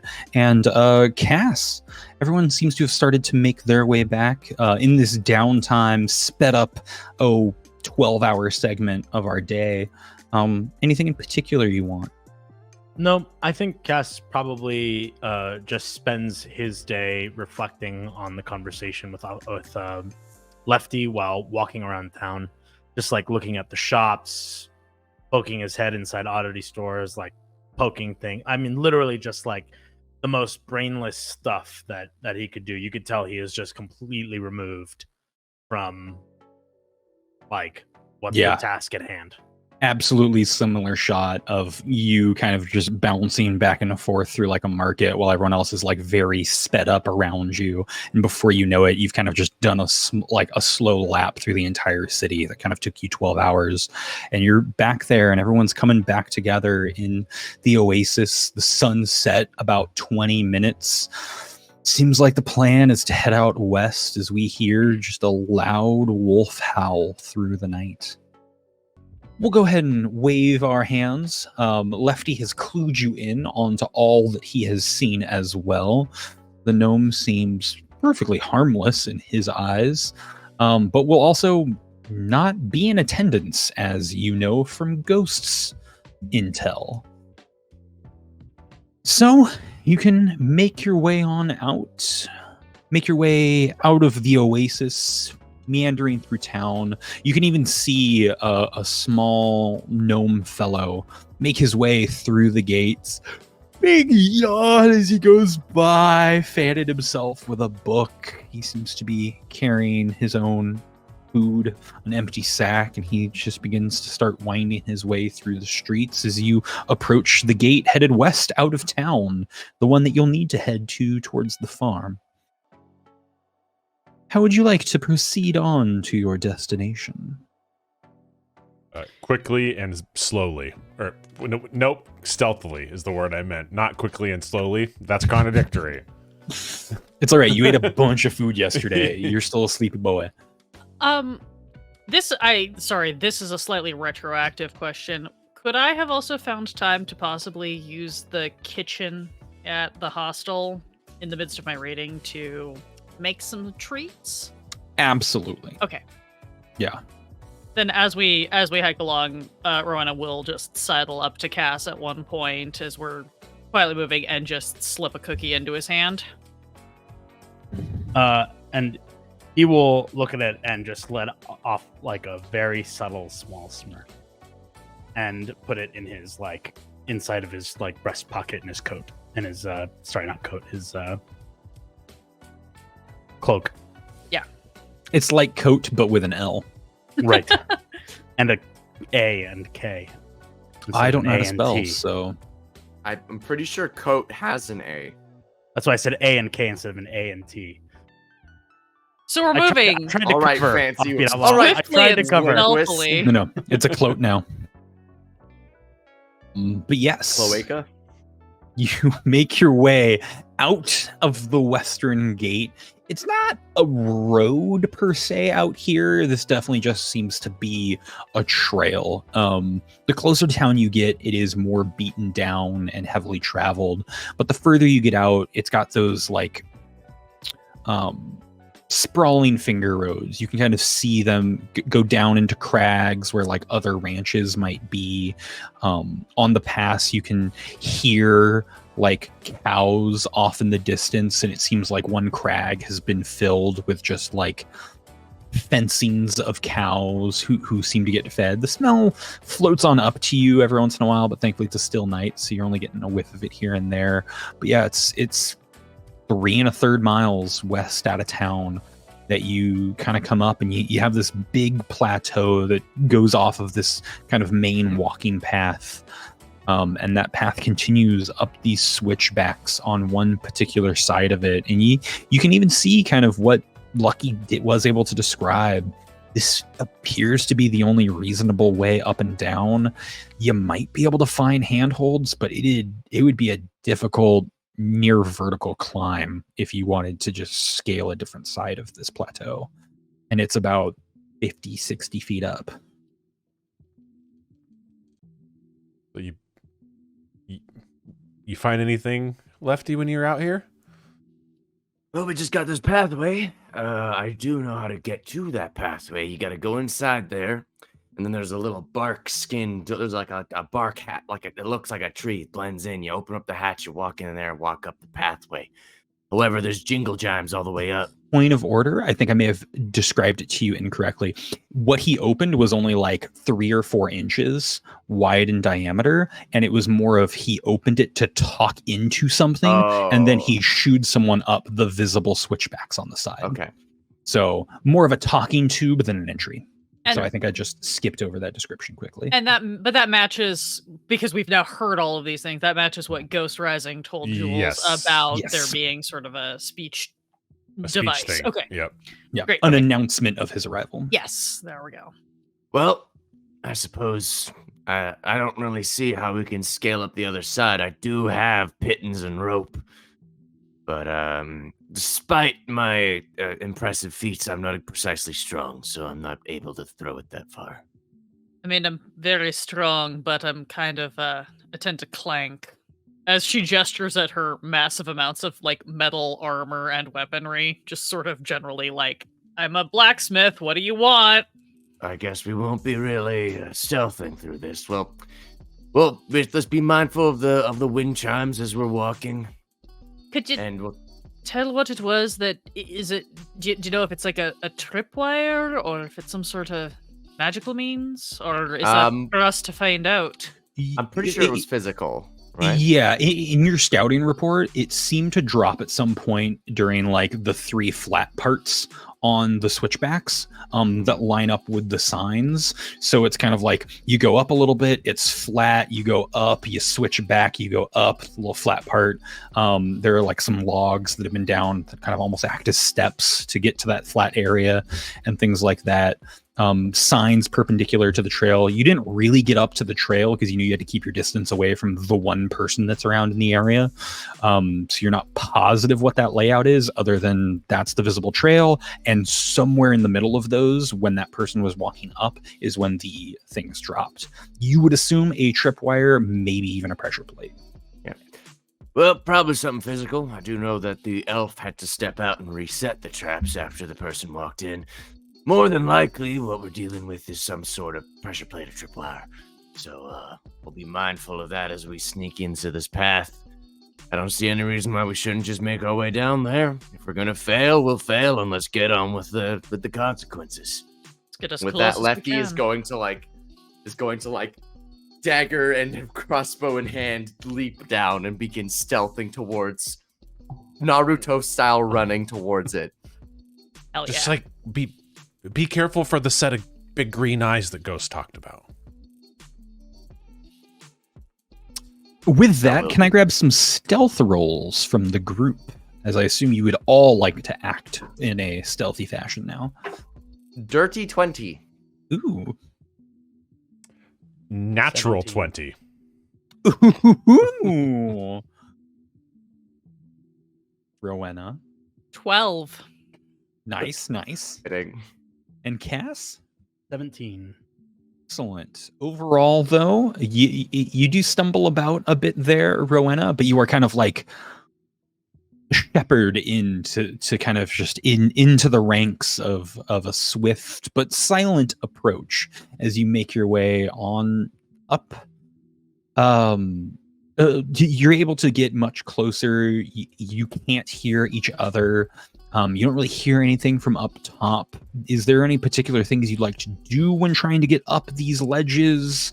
Y'all just want to get a roll and make a spot for it? I'm not sure if you had a particular plan other than walk the trail. I think it's kind of like be careful, be mindful, kind of like get the vibe. If like we can see one of the traps, kind of like get a vibe for how it's built and be able to try and like look out for it in the future. Sure thing. If there seems to be a way to sort of avoid or disable the wind chime signal so that, say, if we grab this thing and then immediately run back down the trail, we can just run past without triggering them, I would like to try to do that. Excellent. I'm gonna kind of like quasi ready in action if possible. Where like should I see a wind time about to trigger, I'd like to use like my telekinetic movement thing if possible to like reach out and lock the wind chimes in place. Okay. If that is possible. Once you get kind of onto the trail and you're making your way up that first incline before the area that you kind of saw where the wind chimes dropped, you realize you're now butted up against the bottom 60 feet down, and there is no line of sight towards that top fencing. Okay. So you're thinking if they drop, there's not going to be much you can do to stop the actual drop of it. Okay. But it's evening time. There's a little bit of light coming in from the moon. Rowena and Jules, can I get perception checks from you or investigation at advantage? If you got some inside knowledge, I have disadvantage on ability checks, so I'm just going to roll it straight up. Canceling it out then. Yeah, that's fine. I'm honest. Do you have a preference between perception or insight? I have the same modifier in both. I just don't know if it matters. Whatever you would like to use. Right. I'm going to call it insight, and that is an unnatural 20. Excellent. Because HJ rolled a 5. Dope. Yeah, HJ, you kind of like get up there and you see like a log that's in place, a kind of a stool, and you can see the like nice path that was you step up over, and it seems like less compacted dirt here between. It's almost like a fine sandbox that's in here that's been pacted a bit, but is definitely you're gonna have a little bit of give in between kind of these big logs that are kind of the boundaries for where it's flat before you start hiking up again, go into a switchback, hike up some more, and then maybe another one of these. Okay. Rowena, with your dirty 20, you can see that like there is a portion more towards the middle where the sand is a bit looser rather than tighter packed. So like the divots that are there definitely sink in a little bit, but you're not quite sure where the boundary is, other than it definitely does get deeper towards the center and then back out. So it's just looser sand towards the center. If you jump over the center third of this, you could probably avoid it. You're not really sure what's going to be underneath the sand though, or what might trigger under the sand, whether it's pressure or something string else. Or I will kind of, get everybody's attention, pat shoulders, whatever, and point that out to everybody quietly and just kind of show that, so that like, I don't know if we're skilled enough to all be able to just like hop those, but to at least draw everybody's attention to like, that seems to be where the trigger is, whatever that trigger might be. Got it.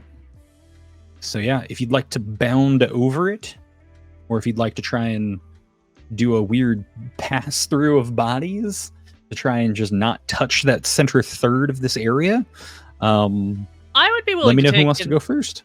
I'd be willing to take an athletics check and go first and try to just leap it. Jump it. Give it to me. My athletics is pretty good, even with all my armor and shit. That is a 16. Oh yeah, you clear this no problem. You take like that one step into the sand, that second step, and you feel like it's already getting a little bit looser. So you just take a jump and sail like within 2 steps of the other end. Don't hear any chimes drop from above. Just a nice little soft landing. It's sand, so you're not really making any noise on the other end. But yeah, you've cleared it, and you're able to kind of like draw a line where at least you landed, and you're like, it seems to be at least safe here. How wide is the section that I had to jump? It's enough for like one. Width wise. Like how much yeah, distance did I have to cover? Got it. You covered probably about 6 or 7 feet. Okay. Too much for my thought. Never mind. Yeah, it was pretty easy for you to cover that. Like it felt like a good jump on your part. Again, not quite positive where it is. I mean, this is about a 15-foot stretch, so it's about that 5-foot middle part that you made sure to clear, and you cleared it with like a foot and a half on both sides. Could I make an acrobatics check to attempt to clear it? Or would it have to be athletics? I'm gonna stick with athletics. I feel like an acrobatics would be if you want to just try and apply the least amount of pressure and like balance or like doing a tumble, but you'd still be applying pressure if you're going an acrobatic route. Like you can try and like a light foot over it of like do that like quick, like I'll just run on the top of the sand. I won't sink in or anything. Maybe on like just like the outskirts of it. Maybe go like width jumping or like try and bound. Like you could try and do an acrobatics wall run if you want to like just like run off the side of the wall. I'll try. Might be a little bit more difficult than just jumping. That's probably going to be my best bet at clearing it because I've gotten -2 in strength. Okay, can I make my pitch then? This is why I asked about Make your pitch. I carry a shield. Yeah. Would I be able to like? This is, I don't know. The idea was, would I be able to like fling my shield over the top of the soft sand to essentially create almost like a bridge for people to sort of skitter over so that they've got something with a little bit of curvature that lets them run across the top. So you use the shield to displace the weight, so hopefully it doesn't trigger anything on it. Yeah, go for it. You're not sure how sensitive whatever is in there because you haven't seen whatever mechanism is in there, but the idea being if I can give people just a little bit less ground to have to cover by being able to hit the end and the end of my shield instead of the middle of the sand. Sure thing. Okay. Yeah, let's get it in there. Do you kind of like a quick little, if you run and then maybe just touch it just a little bit, get like that double step off of it? Yeah, that's kind of the thought. Yeah, sure things. And this you would be able to do an acrobatics roll for off of the shield. I'm going to try that. That is another dirty 20. I rolled like garbage on Monday, so this is my penitence. There's just that like very soft, faint ring of you just lightly stepping up off of this, where you kind of get that run. You take a bunch of those narrow Naruto steps, get up in there for like that bigger one, just the toes touch, and you're able to push yourself forward, and no sound of chimes up top. I'm going to use telekinetic movement. I'm going to grab Hunter Jewel because I don't trust him today. And I'm going to grab him, move him across, and then I look around the other switchback. How far is the other switchback till the other end? So each switchback, so it's a division of 3, and you're getting close to 60 feet up. So each switchback is about 20 feet up. So you'd like walk down another like 30 feet on a slope, and then walk back another 30 feet onto a slope. And so like straight line, 20 feet up to the next section. Next one, straight up like 15 feet. And then it's just another switchback that like gets you just to that top. All right, I'm just gonna, I guess I can only move him one section at a time. At one section, I'm gonna grab. I'm gonna move you. You can carry moving all of the weight with that. Yeah, because I think moving a person, you just gotta do a point for. You can move an object or a creature with your mind as an action. Sweet. You can target one object, large or smaller. So just move you. Just how he does it, he just like reaches out his hand and grabs and pulls, and then just feel yourself being like. Yeah, once you take this action, you can't do so again until you finish a short or long rest, unless you expend a psionic energy die to take it again. So, this first one's free. Thanks for that. I just not feeling quite myself yet. I'm still a little bloated. I don't know if I was gonna. That jump would have been hard. You ate half a cow. I think cows weigh more than 8 pounds, but I get your point. Disagree. Have you ever seen a cow before? No. Right. Okay. Cass, shields braced. That helps. Okay, yeah. Cass is feeling like I rolled an 18. Is feeling like as confident as Nestor is because he knows that he has a +4 to acrobatics and athletics. Mhm. So he just like, I mean, borderline cartwheel round off of the shield, backflips for flair, and keeps walking forward. Yeah. Yeah, the old man busts out some moves.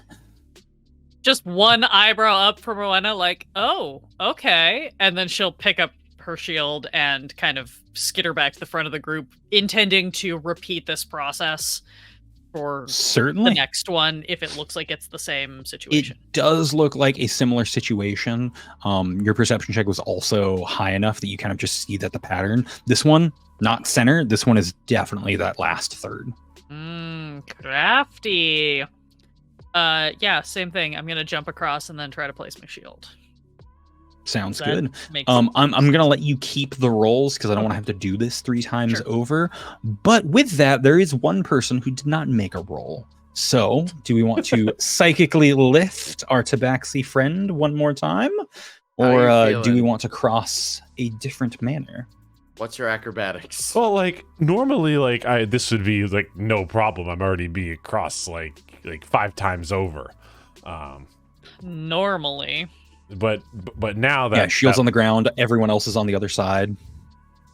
You're kind of just there on your lonesome on the back half of this.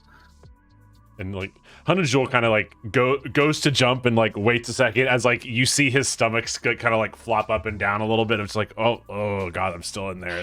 I'll spend a dice. I'll spend a psionic dice. Don't say I ever did nothing for I think ya. I can do it. I think I can do it. No, you can't. No, You're you already in the can't. air. Yeah, you're already lifted Floating. up. You come on floating over. It's like as I jumped, he picks me up. Oh, I did it. It's no problem. Oh, it's so easy. You're nailing it, kid. You're doing a great job. How Yeah. far forward on the next one can I push him? Because I technically have 30 feet of movement with this. Oh, true. You could get him up and probably across, but it's one of those things of like you'd be aiming from about 15 feet down, so you are kind of aiming blind. You're like, this is where like the one below you is offset a few feet than the one that you're currently at, and this trap was on the later half and the other one was on the middle half, but the traps kind of line up, but the pits of sand don't quite line up.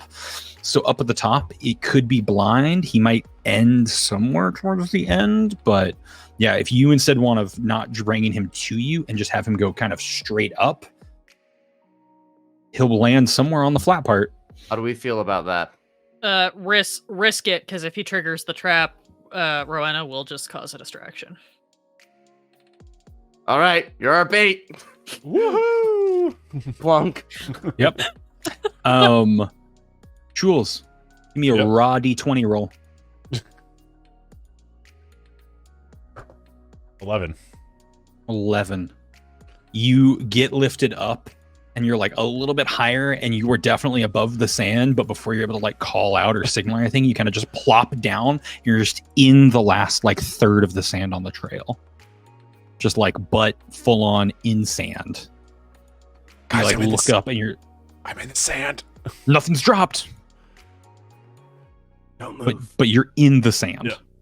I'm in the sand, but nothing's dropped. What do I do? Don't move. Okay, Don't move. moving. Give us a sec. Don't move. All right. We make our way up there, and how in the sand is he?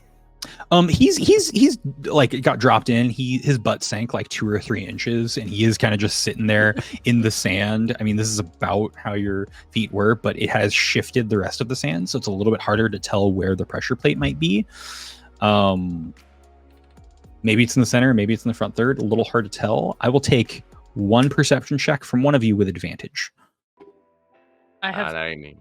I have decent perception. Does anybody? So do Okay. I've got I got trash. +4. I also have a +4. Do you want to roll or you want me to? Who's got the Go hot for it. hand? I think you're rolling better today, so. Yeah, that was a good roll. That was a 22. Definitely the front third. Great. I will just pop up. I will look. I will go, yeah, okay. And I'm going to jump it and place the shield as I have done.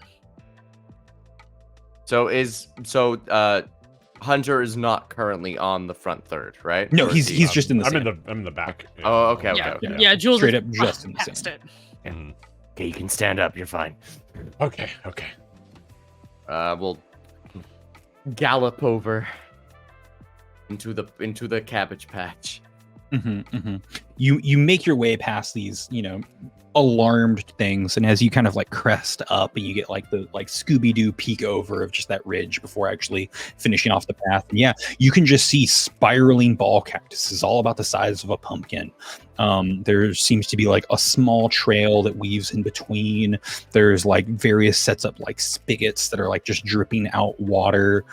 It's kind of this nice tranquil scene. There's like a crescent moon and there's this big farmhouse towards the middle. It's about 40 feet in width, maybe about 30 feet in depth, painted red, dark windows on both the first and second floor. And as you look up onto the roof, there is just a dense black cloud stretching about 8 feet by 4 feet tall, just on top of the roof. And it kind of resembles a wolf, as if it were just laying down on the top of the crest of this. But it is just, I'm gonna use my bonus action quickly to recover that psionic energy die that I spent. do it. Just letting you know. Absolutely. Rowena's gonna tap Cass on the shoulder, like make sure she's got his attention, and she's gonna reach in her pouch, pull out her matching cookie, and like hold it up almost like a cheers gesture, and shove it in her mouth, and kind of give him a nod. And he, taps it and Yeah. eats it in 2 bites. Great, and that's your Get them bonus two, hit points. yeah, 2 temp hit points. HJ kind of like looks with like a look on his face of just like, what the fuck don't you ever give me a cookie? He doesn't say that though. He just like gives you a look of just like, what? Rowena's just gonna look back and kind of shrug like and gesture like, you know where the thing is. And HJ kind of looks back at the group. Okay, so the cabbage-cactus is 3 rows back from the kitchen window of the house. It's just every row has a trap. We need to be careful. We need to be meticulous. And if we trip that trap, at best, we just have to fight the wolf. At worst, we get hurt. Then we have to fight the wolf. So we go stealthy until we can't, and then when we can't, we grab it and run? That sounds like a great plan. All right, let's give it our best shot. Oldest of 6 siblings. This isn't my first rodeo. Hey, Cass. Yep. You've been quiet and you've been observing a lot of things. I want you to give me an insight. I ain't lying, Dang. bro. Ugh, that was awful. 7. 7? Yeah. Like, you still think about it, and it's just kind of one of those things that kind of crosses your mind. You didn't see any footprints coming down, like the trail.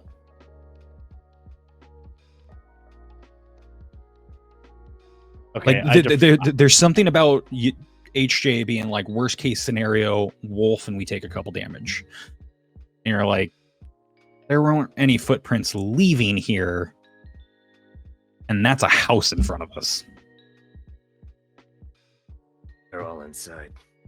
Yeah, I think that Cass looks to Rowena and says that. You notice that there's nothing leaving. We saw the salesman, the gnome, come through as we were leaving town. They're here. They're here and they're watching, aren't they? And that like prompts Cass to look at HJ. Well, if they saw us, wouldn't they already be after us? You haven't gone over the crest yet. You've got like just your heads popping up, so you're eye level with all the cactuses that are growing essentially, and you're able to get kind of like a scan of the house, other than like the 2 or 3 feet of that's propped up on, as the cactuses would block that. But it seems like that wolf thing, if it is a wolf form, probably just has his head facing towards the back of the house rather than the front of it. So, do we cause a distraction? And then just run and get the run?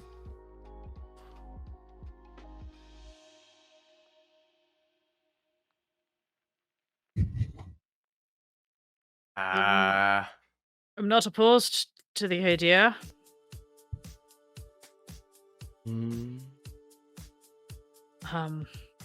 Sorry, I'm looking through my Yeah. Check those random abilities, those strange spells you might have. Could I potentially push a cactus, like a little cactus, pumpkin cactus, and like push it off the side and potentially alert them in like the wrong direction, giving us a chance to sprint? You certainly could, but with the cactuses that you see in front of you, it doesn't look like they've been plucked yet.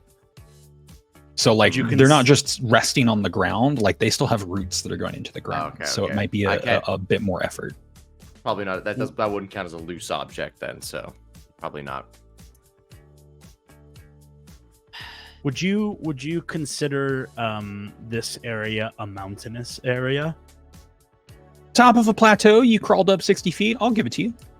It's elevated. Yeah, it's elevated. The peak is where that wolf is. I love you, Nestor. Looks like a fucking mountain to me. It's like, this is I'm gonna try and to still absorb elements burger.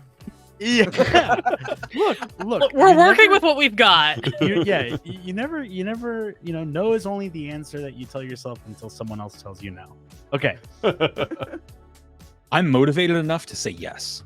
Okay. In that case, it is my favored terrain. And I am adept at traveling and surviving in such regions. Yep. And so what I would like to do is use some combination of my torches and tinderbox to start a controlled fire away from the like main area of cacti that we're getting to. That is definitely an instinct you've had. You know that on the mountains that you're on, there are those kind of flat breaks, and they're actually quite dangerous because, I mean, there have been giant birds that'll come swooping in, highly visible. Normally, this would be the case of, okay, sprint, get back to the slope, get back to the crag, get the high ground, like no need to take that flat fight. It's a bit different. You're adapting some of what you know, and you're like, yes, brush fire, totally going to take it. And it's then when you also hear that drop of just those irrigation systems still kind of just keeping these all these cactuses moist, and you kind of like peek up a little bit, and like soil's damp. It might start a fire, it might kind of bust. If you start a fire, it's going to be a little bit difficult. Do you share any of this idea with the group? Yeah. I think that like Cass is what he's doing with this whole favored terrain thing is he's fussing around in his bag, and he sort of pulls out the torch and he looks at it, and he looks up at you, Rowena, and then he looks down in his bag and he pulls out the tinderbox, and he kind of gives you a shrug, and almost to say like, there's got to be something we can do here for distraction. And then he like looks in his bag a little bit longer, and he looks up to Lefty, kind of like, maybe you got an idea. And then he again looks back in his bag and looks to HJ, and he goes, Captain. I think that we can maybe have Lefty. You can move someone like me, right? Maybe you can move something else, and we can find something to make some noise. Maybe we get objects. Ooh. Maybe we get around the corner and then drop a chime. So, I think I could probably make a noise or maybe a burst of sparks happen if I hit something with my sword. But if I'm gonna do that, y'all should be on the other side of things from where I am, because I'm gonna be drawing the attention. I think we should maybe go with HJ's plan. What if we kind of peeked our heads up, we snuck really close along the sides of this here mountain, and then we can pluck a cactus, and then I move that cactus onto where the chime traps are. We set it off, and then we're not there. They go and while they're checking out the chimes, we rush the barn, take the cabbage cactus, and then honestly, and then slide down the side of the mountain. Yes, I don't know. go down the side. Hopefully we don't die. You know from your scouting that it's sheer drop on pretty much every side other than the one you just walked up. Yeah. Oh, We're gonna have to. We're gonna have to. Okay. The chimes, they're arranged along the top edge, right? So there are these pressure plates that then would trigger them to drop, but they're up along the edge of the cliff. So now that you're like up on just that switchback that leads to kind of like that trail, and you're just peeking up your heads over, you can see a fence running almost all the way around, and you can see those first segments of fence. You're a little bit lower than it, just straight up cut out, so it's like just a U for the top posts, and it seems to be that the chimes are up there and there's like a post holding them.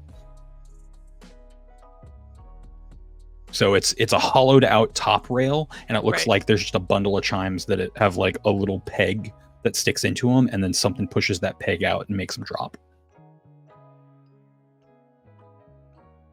So we want to be able to take the path down. What if we disable the chimes so that we don't have to worry about taking a straight shot, and then I can run to a different section, start causing a ruckus. You'll grab it, head back down. It is this point you are paying attention to the fence. Fence is nice and dry and could be potentially lit on fire if you're still looking for kindling. Just as a point of order. Point that out. And kind of look back at Cass. Well, Okay. I could move the Distractions are better than torch. one. I could always move the torch with my mind then. Can't we just So- light an arrow on fire? But I mean, your shit is way cooler than that. I just don't want to expend all of your energy. I've got a shit ton of arrows that I don't even use. Okay, here we go. We're gonna disable the chimes, and then we're gonna go set the far fence post on fire.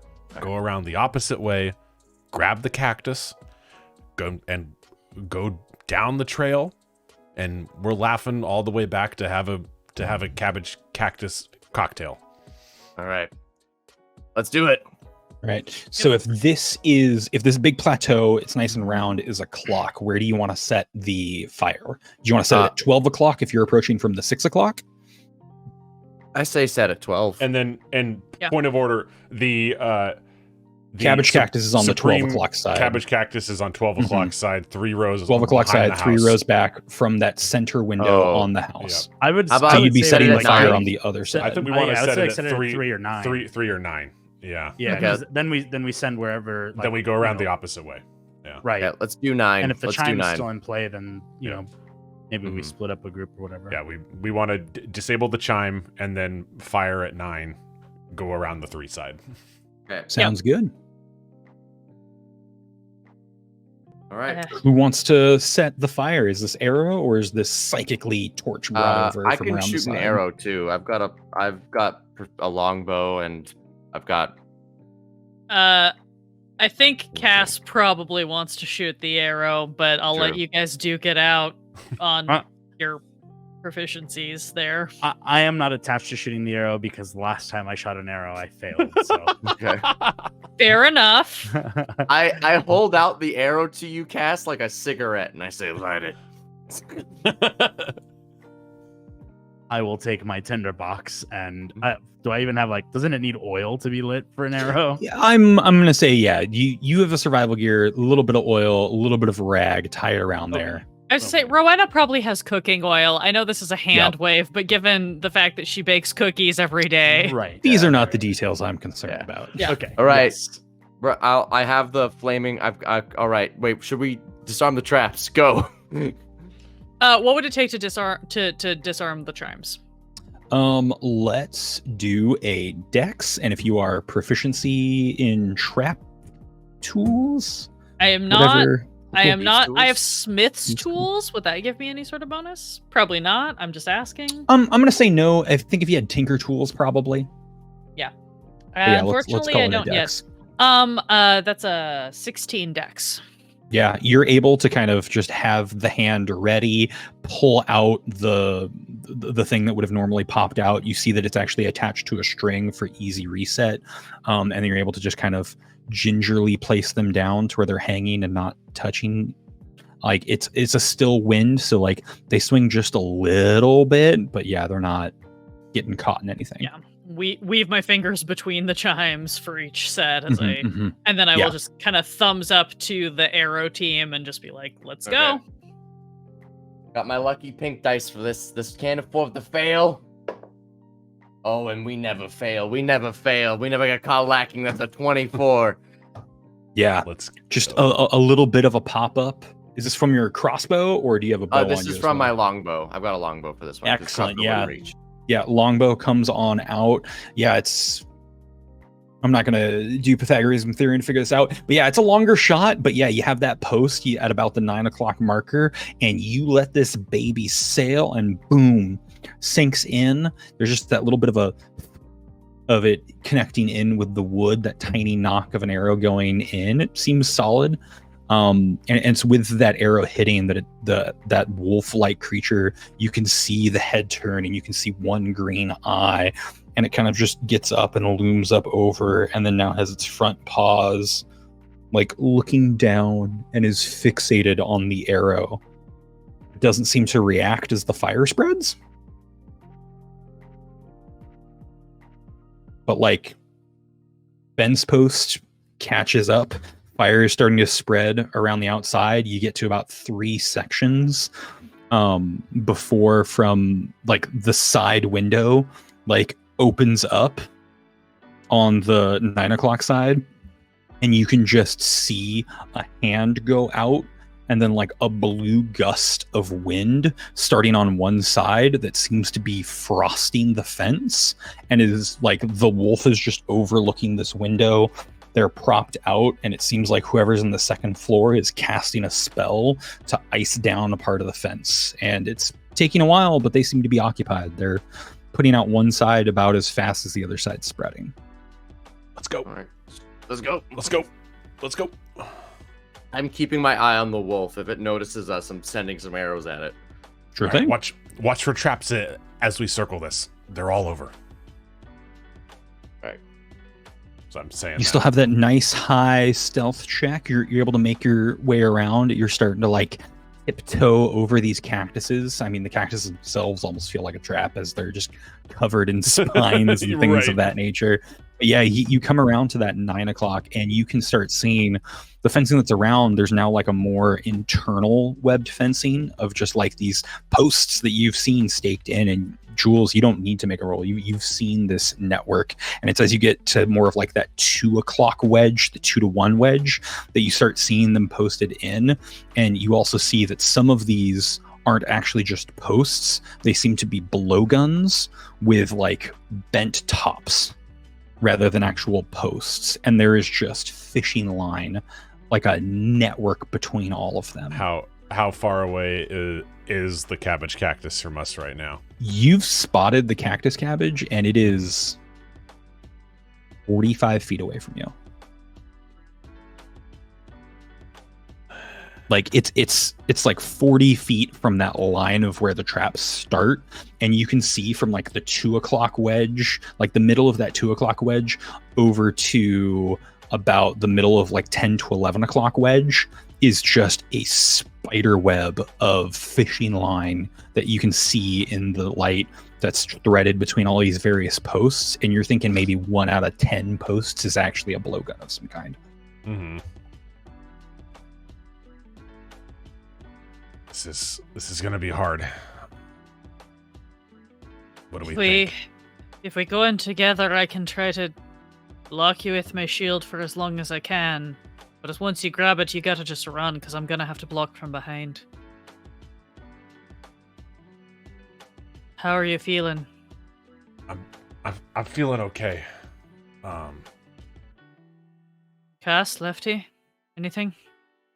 Well, I can go with him and provide support should anyone find him. I'm okay with downing a few fools.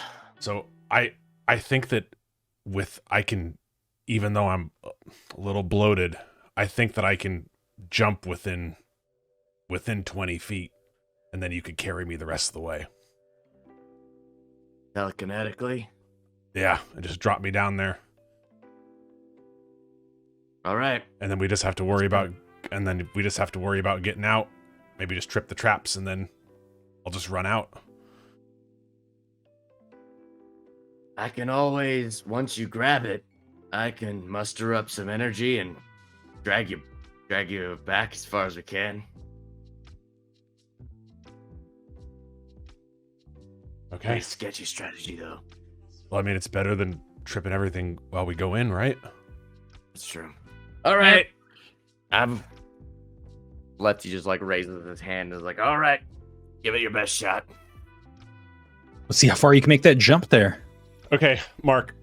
And you can say no because I know that feline agility is that we're not technically in combat, but the plan was to use a key point, to use Step of the Wind and feline agility to beef up the movement speed. Wait, yeah, and then jump. Jump doesn't actually matter for movement speed, does it? It's jump strength. would use up long jump. Number of feet up to your strength. You move at least 10 feet. If you move at least 10 feet on foot immediately before the jump, when you make a standing jump.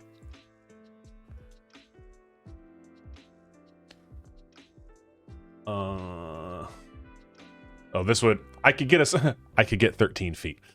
That's not quite going to do it. Well, if it's like 40 feet away when you're in the air. If you're also not trying to like land, you could like Superman it just to get like maybe another 2-3 feet out of it. And if you just get caught before you belly down, you can there, Cass. Can I offer my little tidbit here? What I was going to do was while these guys were preparing how to approach this, Cass has and you can tell me if I can get this, has tied a rope to an arrow, and is looking for a place to lodge this arrow within HJ's jump, so that when he jumps, he can grab the rope and like it'll give him just a second longer in air to hopefully swing and get caught. You could do like somewhere on the back side of the house, maybe above one of the windows. It'll be like an angle, so like he'd be able to like run and like almost turn it into like a pendulum and swing it around a bit. But you would be firing an arrow into a house which you think might have people in it.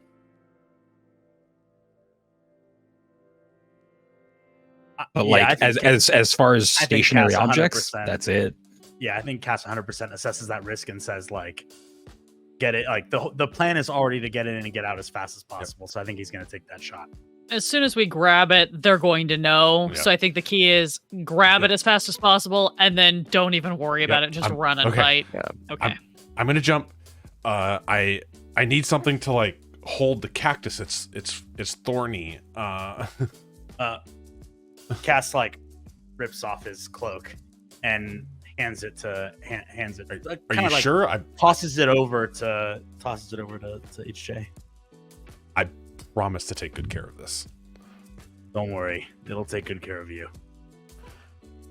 All right, so I'm gonna jump and then shoot the arrow, and I'll grab it and get a few more feet, and then Lefty send me the rest of the way. Yeah, let's do it. So. In order, first we're going to do Cass. Give me an attack roll to get this arrow lodged in. We're going to have HJ holding on to the other end of the rope. Once it sinks in, you'll start your run. You'll start your jump. And hopefully this will help pendulum swing you out just a bit further. And then depending on how far you go, we'll also have Lucky pick you up. The look on Nestor's face for what Cass got, though. Find my real dice. I'm so excited. Right here. I roll again with my real dice? It's a 1. It was a 1. Oh no. Oh, I was gonna say Yeah, you shoot this arrow, and it is a solid shot for the arrow, but it just goes straight out of the knot. So the arrow flies true and just like dinks right there, like just has like this loud little knock. And just the arrow's still limp there in HJ's hands. I'm just gonna go. I'm gonna go. We Go, have to do go it. now, right? Go. Yep. Yep. And 10 back up 10 feet, take a leap. And, Go, baby, go. Roll that and, athletics. So the jump, do I have to do I don't. Oh, DC I feel like 10, Bog's doing yep, variant athletic. rules of Copy. athletics. Okie dokie. Here it is, athletics. And I'll roll disadvantage because I'm still bloated. Those both were not great. That is a 11, or sorry, a 10. A 10 is solid, okay? Yep. Like, it is a jump. You got a running start. You're only jumping over some cactuses. I think you'll be fine. So you definitely sail. You get your 13 feet. You're not extraordinary. You're not getting that extra distance. But it is as you jump, and you can see after that arrow knock in, that small delay, that wolf atop has now got both green eyes locked in on you. And as you're going through the air, it lets out a big old howl from the top of the roof. And yeah, we have an HJ midair. You want to grab him, Lucky, or now that you're hearing a howl, yes. you gonna let him land? And it's Lefty. Lefty shall grab him. Get it, Lefty. I grab him midair with my psionic power, and I move him the rest of the way. How much feet will I still have left after that? After he gets there and grabs it. He's basically landing within grabbing range of it. So I mean, like, technically he's 2 feet away from it. So he'll just like bend over forward and be able to pick it up. Because you can push him 30 feet, correct? Yes. Yep. Yeah, and he got 13, and we said it was about 45. You actually started, so you could actually overshoot it by 2 or 3 feet if you wanted to. Okay. Well, I'll like get him on top of there, and then I'm going to spend another psionic dice, and I'm going to action surge. And I'm going to, as he grabs it, I'm going to pull him 30 feet towards us. Great. Yeah. So now he's 10 feet within us, so he's not out stranded in the middle of the cactus field by himself. Yeah, but you do have this cactus. You're able to throw this cloak over, and you're like, oh, it's still going to poke through. And you look at it, and you're like, it hasn't. And you just kind of scoop it up, and not a single needle is poking through. Not thinking twice about it. Just like, oh, yep, sweet, yep, great. And like you get pulled back a little bit, and you give it a yank, and you're able to get these roots out. And the roots coming out, you can just hear this like retch of pain almost from this cactus, of just this like a hot iron going into someone's side and the air escaping the lung that just got pressured. Do I recognize the voice? You feel like you know who this would be. Okay. And it pains you a little bit. And before it sets in, though, you are jerked back 30 feet and are able to land about 10 feet away from your compatriots. In between some traps, you can clearly see traps in front of you. If you want to get through them, just cut your movement in half, and you'll be able to like overstep them, kind of like it's heavy terrain. But we are jumping straight into combat because that wolf has let out a howl.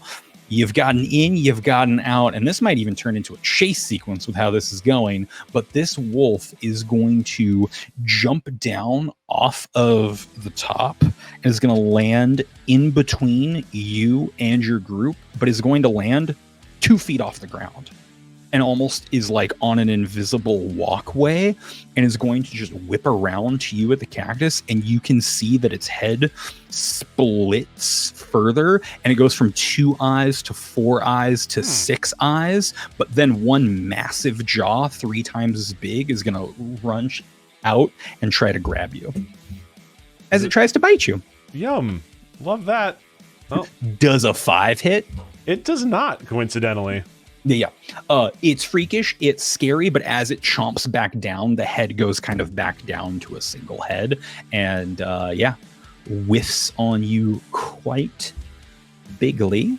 And then inside the house, you can hear a ruckus of things. You can also hear a bell chiming on the inside, which seems to trigger more bells on the downstairs floor. You can see all the lights flip on in the house, and the back window reaches open, and out the top window, just now sitting astride with one arm holding them in, just two massive horns and a red tiefling hanging out the window with just ice and necrotic energy in her hand, and saying, "Don't you dare move." And that will bring us up to Cass. Okay. And for those of you at home, we rolled initiative during the break. Can you just sort of do a little bit of rebuilding of the world for me here? Absolutely. The area, so just one part specifically. Sorry, not to Yes. the area that we've just launched HJ over. Yes. Is it like a web of lines and we can't see the potential blow darts, or we can see the blow darts, we can see where they're aiming?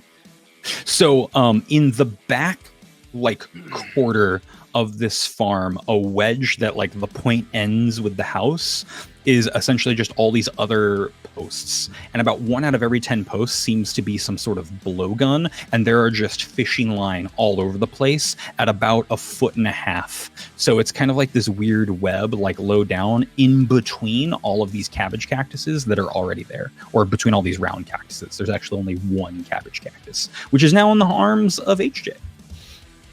But you guys are at the back right corner of the house where you kind of did your launching off point. Okay. And on the second floor, there is a tiefling woman in some robes, bright red skin, massive horns, who is hanging out the window and seems to have a spell ready to throw down on Jules. Okay, Cass is not concerned with her. Instead, he is concerned with the fact that he sort of failed HJ here, so he runs as close as he can to the beginning of all these fishing lines, and with his sword he just takes a big swing and cuts as many of them as you will allow me to. Sure thing. Yeah, if you want to just run on through, sword ahead of you, and use it almost like a plow and just be chopping things as you go, you totally can. That's kind of the idea, and what I'd like to do is hit a bunch of them and then take a step back, maybe a foot, and see how the blowguns react, and then move on from there. And I'd like to do that for the full range of my movement to get as close to HJ as I can. Sure thing. Your first swipe, you don't see anything come sailing through the air, so you feel like it's maybe all just alarms. With that first swipe, though, you can hear just side of the first layer just start dropping inside the house. So there are just metal balls with metal balls inside of them falling about 8 or 9 feet inside the house and just falling onto the ground. You cut 10 of these lines, and about 10 balls drop inside.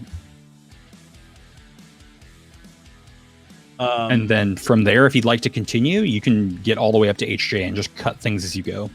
Yeah, that's gonna be the my whole action is to get to HJ and kind of grab him and start moving him towards the group. Absolutely. You're able to go in and kind of just run through slicing these things, and the wolf's big enough that you're not going to trigger an attack of opportunity, but it is as you go through these that you're slicing a ton of these, and you do end up triggering 2 different blowguns that shoot from these various angles. First one goes wide, way behind you as you go in, but you're going to get hit by just this tiny little dart towards your upper thigh. You're only going to take a single point of damage, but I need a Constitution saving throw from you. Okay. Where are my real... Oh, I didn't pull out the real dice. No, I need to pull out the real dice. D&D Beyond is broken to me. Hello, sweet thing. Fuck! Okay, a Constitution saving throw. 6. Fuck. What 6. Congratulations. Your movement speed is now reduced in half. Sick. And it's that where you like feel kind of just like everything in your legs starting to tense up a bit. Your upper torso seems to be unaffected, but like where it hit you in your leg is like real numb and real tense, and it's that feeling like right before a cramp in your leg. Did I take any damage? Sorry, I don't You took 1 point of damage. Thank you. Okay. Oh wait, no. I got 2 times. Yep. Okay. Cool. And as long as I make it all the way to the HJ, I'll put my arm around him and just, you good? Yeah, no, yeah. I'm good. Let's go. All right, yeah, let's go. Yeah. So he got 30 feet back, so you're able to kind of just skirt around the wolf if you want to. With half more movement, you'd still be able to skirt around a bit halfway the wolf. So you're pretty much out of the traps. You're still within melee of the wolf, and you can even drag HJ a bit just for clarity purposes. So you've been able to like help him circle and not trigger any more traps, which will bring up Rowena. How far away from me are Cass and AJ? HJ? 5 feet. 5 feet. Great. And how far away is the wolf? The backside of the wolf is pretty much right in front of you. Okay, this is not ideal, but okay. I'm going to run up. As I run up, I'm just going to yell to Cass and HJ and Lefty and just be like, y'all got to get out as fast as you can. And I'm just going to swing on the wolf because I can't afford to drop my shield and shoot at the tiefling. Sounds good. Swing away. That is and I'm using my short sword, so that is a 23 to hit. That will connect. For almost max. Thank you, Birds of Paradise. That is 9 damage. Excellent. Yeah, you take a chunk out of this backside. It's almost like mist comes off of it, and the darkness that it's made out of just kind of dissipates into the regular darkness that is the night. Cool. And I would like to, with whatever movement I need to use for this, try to position myself as much as possible where I am between them and the wolf. What I'm going for is being within 5 feet of them for the next attack that he takes so that I can try to block it. Sure thing. Yeah, you're able to kind of like squeeze in a little bit. It's large, and so it takes up quite a bit of fighting room. But yeah, it'll essentially be wolf, you, those duo. Yeah, and also if that can also be between them and the caster who's up in the window, ideal, because I want to be able to try to block. That will bring us up to Lefty, unless there's anything else you want. Oh. No, I'm good. Lefty is going to, with his longbow still drawn, he's going to point and aim at the caster in the window. And he's going to be like, I'm pretty nifty with this too. And I'm going to let loose a quick old shot, and I'm going to super psionic juice up as well. Oh, I'm yeah. going to use 3 points. I have no more psionic energy. And I'm going to use a superiority dice and hopefully knock this person out in one hit. Let's dish the pain. I believe in you. This is what you're built for. Let's go. This is so good, but also I know I'm going to be suffering in my other campaigns this week because I'm rolling way too good for my own good. Thank you for burning your good rolls on us. Yep. We love you. Love you. That is 21 plus 12. That is 33 damage. Can you roll to hit? Well, you're right. I got to do that first. Oh my God! Thank you, Jesus. That's a 25. Yeah. That, like, you pull it back, and you know you have this thing pulled back tight. You can see what superiority die are you using for it? I have superior technique. It's a D6. Awesome. Yeah, you got it. You know style. exactly where this thing is going to be placed. Like, you've got it. You've got like that energy coursing around it, and normally with your bolts, like, it has kind of like the similar effect, but this one is just even bigger, and you let it go and it goes twice as fast out of your bow and just sinks on through and just breaks their mage armor like 6 inches away from them. And where do you want this arrow to sink into them? I want it to sink like right in their shoulder, just like, and hope. I want it to like, if I could flavor it, I would want it to pin their hand to their shoulder. I know you can't call your shots. That's what I want. I am totally down with it. And more importantly, you've rolled enough damage. Do you want this person slain outright? Or are you just trying to pin them to the wall and make them obsolete as a caster? And if they faint from blood loss, great. Are they good people? You have never seen a tiefling before. You don't know what a tiefling actually is. That is more of a description for the viewers. So what just popped out of the window above a shadow dog in the middle of the night, screaming in a very deep voice, "Don't you dare move," holding a ball of frost and necrotic energy, is hanging out the window in a bright red skin and like 1.5 foot tall horns. So that's Satan. Yeah. You're You not roughly wrong. know what a devil is. You're not Lefty's wrong. like, devil, kill. So I'll kill it outright then. If I think it's if Lefty thinks it's a devil, then he's just gonna kill it outright. Yeah, hand goes to also try and like block this arrow that's coming forward, and instead of going through the shoulder, just goes and gets pierced like through the head and then like up onto the wall and is now just like limply hanging out, but like the feet are still stuck into the window. And with that, the form of the wolf just dissipates and goes up into it, loosens the tiefling's body, falls out of the window, and then just falls into shadow and is gone from the ground. All right. Is there anything else I can see? You can see 2 silhouettes starting to run around inside. One is putting a boot on. The other has 2 crossbows and is throwing one to the other silhouette, and they catch it. How far away are they? These would be silhouettes on the inside of the house. Okay. So I was hoping They're I could 20 like, feet on quickly the other draw side of my a wall. my hand crossbow, but in that case, I'm just gonna start running. yeah, they don't seem to Okay. be ready for y'all. Okay. But yeah, I would say start the running too. Let's see how quickly they can. They are not quickly getting to their posts. So everyone, starting with HJ, is going to get a full turn before they get spotted. Nice. Yeah. Dipping.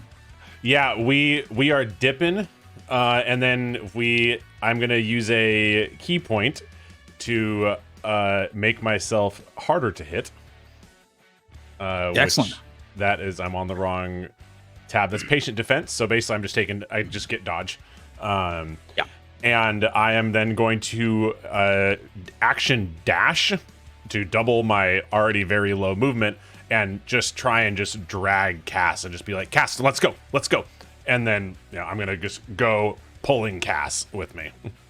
Cass Yeah. is full limp. Like full leg limp is just. Oh yeah. It's like, look, Cass, like what you did back there was awesome, and I'm gonna return the favor right fucking now. Let's go. Yeah. The 2 of you are now 3-legged racing out of here. Exactly. So yeah, each turn you'll both be able to drag each other half your movement. But yeah, you'll net about I think with your bonuses, I think that's like 50 or 60 feet between both of your turns. So yeah, you can essentially get to the top of the trail again to make your way down between your both initiatives. And as we kind of like get there at the end of my turn, I just want to like yell back, "Do you really want to pick a fight with us? Your security is not there anymore." Why? Why do you do this every time? Why do we have to talk? Why can't we just run away? We're And still not- running. I just don't want them to shoot at us. I want Well, them. now they know where you are. Cass, you want to do anything while you're both hobbling towards the entrance? We're back up to your initiative. Cass like looks at HJ and notices that he's like turning his head and yelling and stuff, but he's not listening to any of that. He just like grabs his face and turns it back towards the direction we're running, almost to be like, "Pay attention, what's in front of you? We have no idea what the hell else is in front of us. Let's fucking go." Okay. And, Sorry. And just keeps saying things like that to get his attention facing forward. Sounds good. But yeah, dash, focusing on moving. Yep. Excellent. The 3-legged race continues. Rowena, you saw what is essentially a mini demon from everything you've heard fall out of the window after being just murked by Lefty. Yeah, great. Is there still a giant shadow fuck-off wolf in front of me? There is not. It dissipated into the shadow that was the tiefling, and then it fell out the window, and instead of like plopping into the ground, it kind of just got absorbed by a disc shade at the bottom that then disappeared as quickly as it appeared. Great. I want to, with much chagrin and schoolmarm shaking of my head, run after the boys again, trying. I'm assuming since my movement has not been impeded that I can stay within 5 feet of them, Yes. but I am straight up doing the it's like sideways run so that I'm keeping my shield and my sword sort of aimed toward the house, but it's that same rule of I'm staying within 5 feet of them, Yes. but keeping myself between them and anything that might get shot at us. Absolutely. Yeah, you've kind of got the hand on the back, pushing them a little bit with that extra movement to just keep pace. Go. So yeah, you both all have now, or all three of you will have half cover because you're like slightly over that ridge. And that leaves us with Lefty. You can still see those shadows moving on in the inside. Everyone else has departed. What's your course of action from here? I'm going to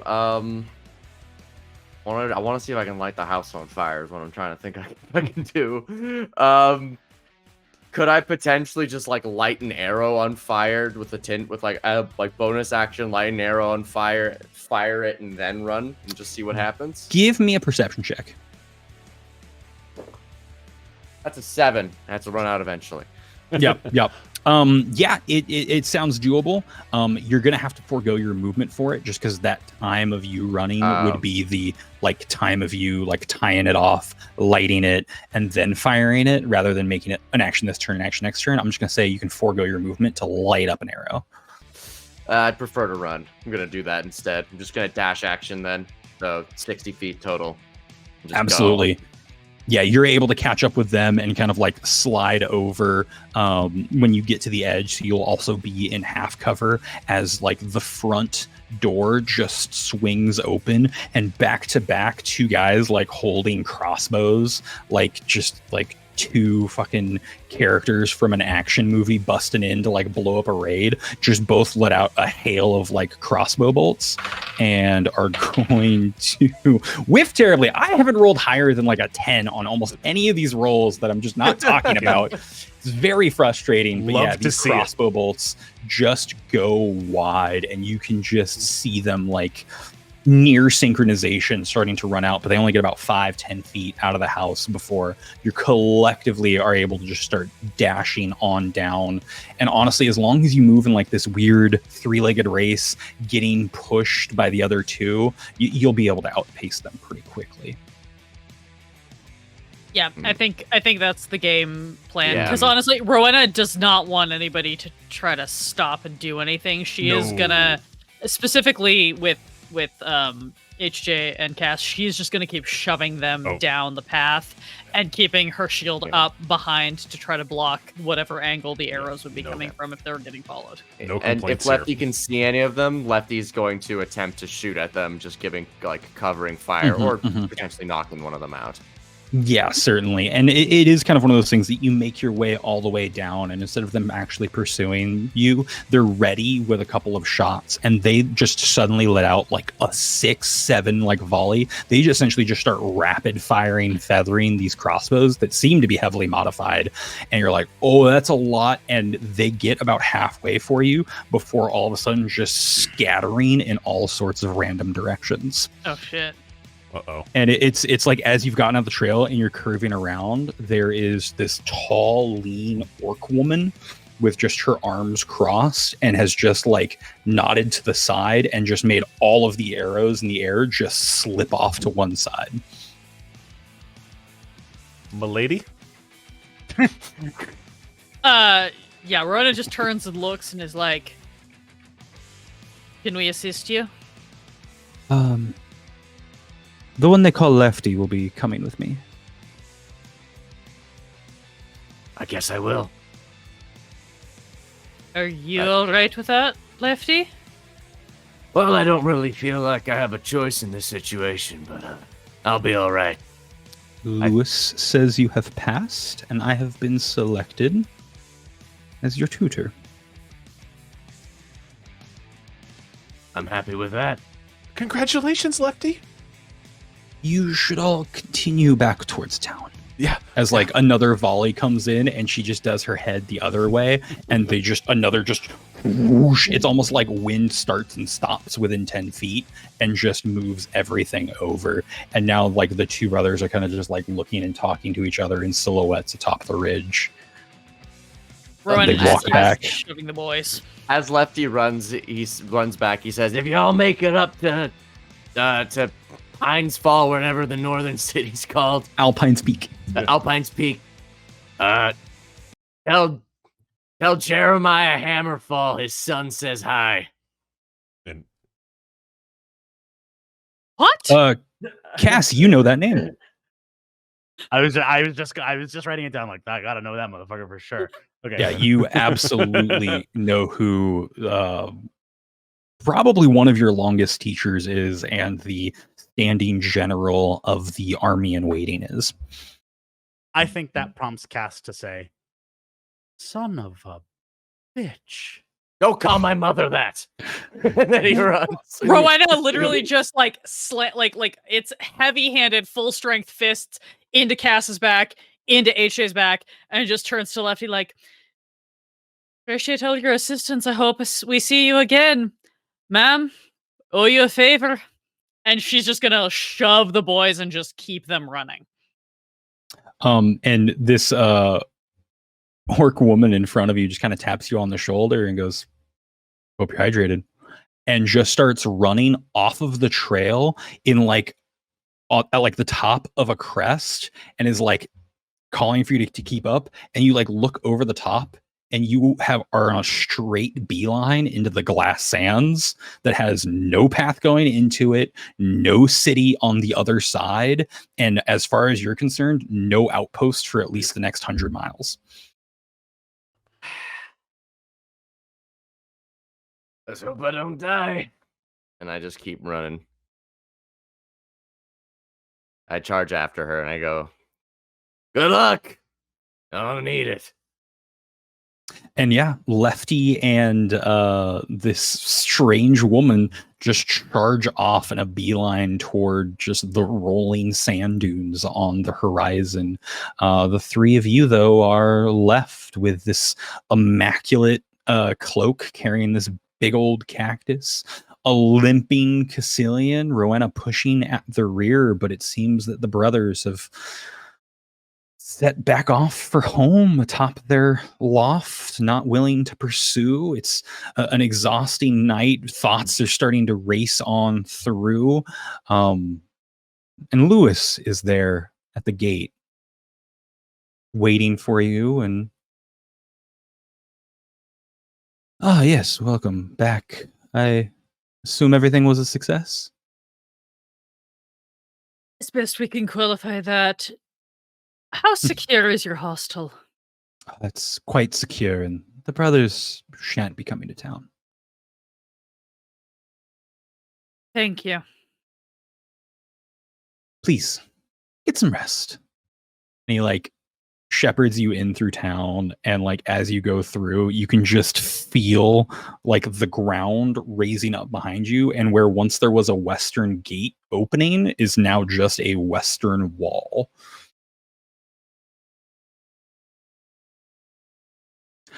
I believe we've all earned a night's rest. After you. And the camera just kind of whisks off back through the air, through the starry nights. The brothers seem to be cataloging the damage. They look through and they can't seem to find the red woman, and they have a small discussion on themselves, and they kind of just push some gold underneath another counter back into like that weird pot. Camera shifts off again, and we have just Lefty running off into sands now, like trudging along, and it's just at the top of the dune. She's just shouting at her like, "Come on, you could do better than that."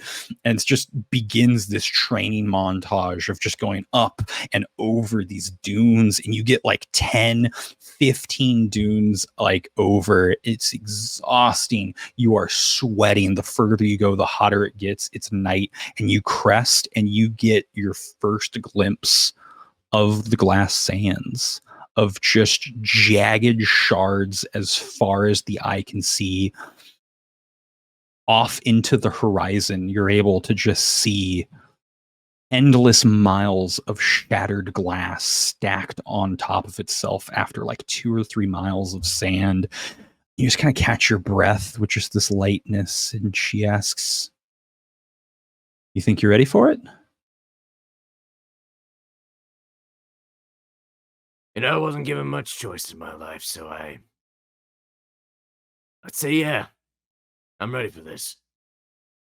"Follow me."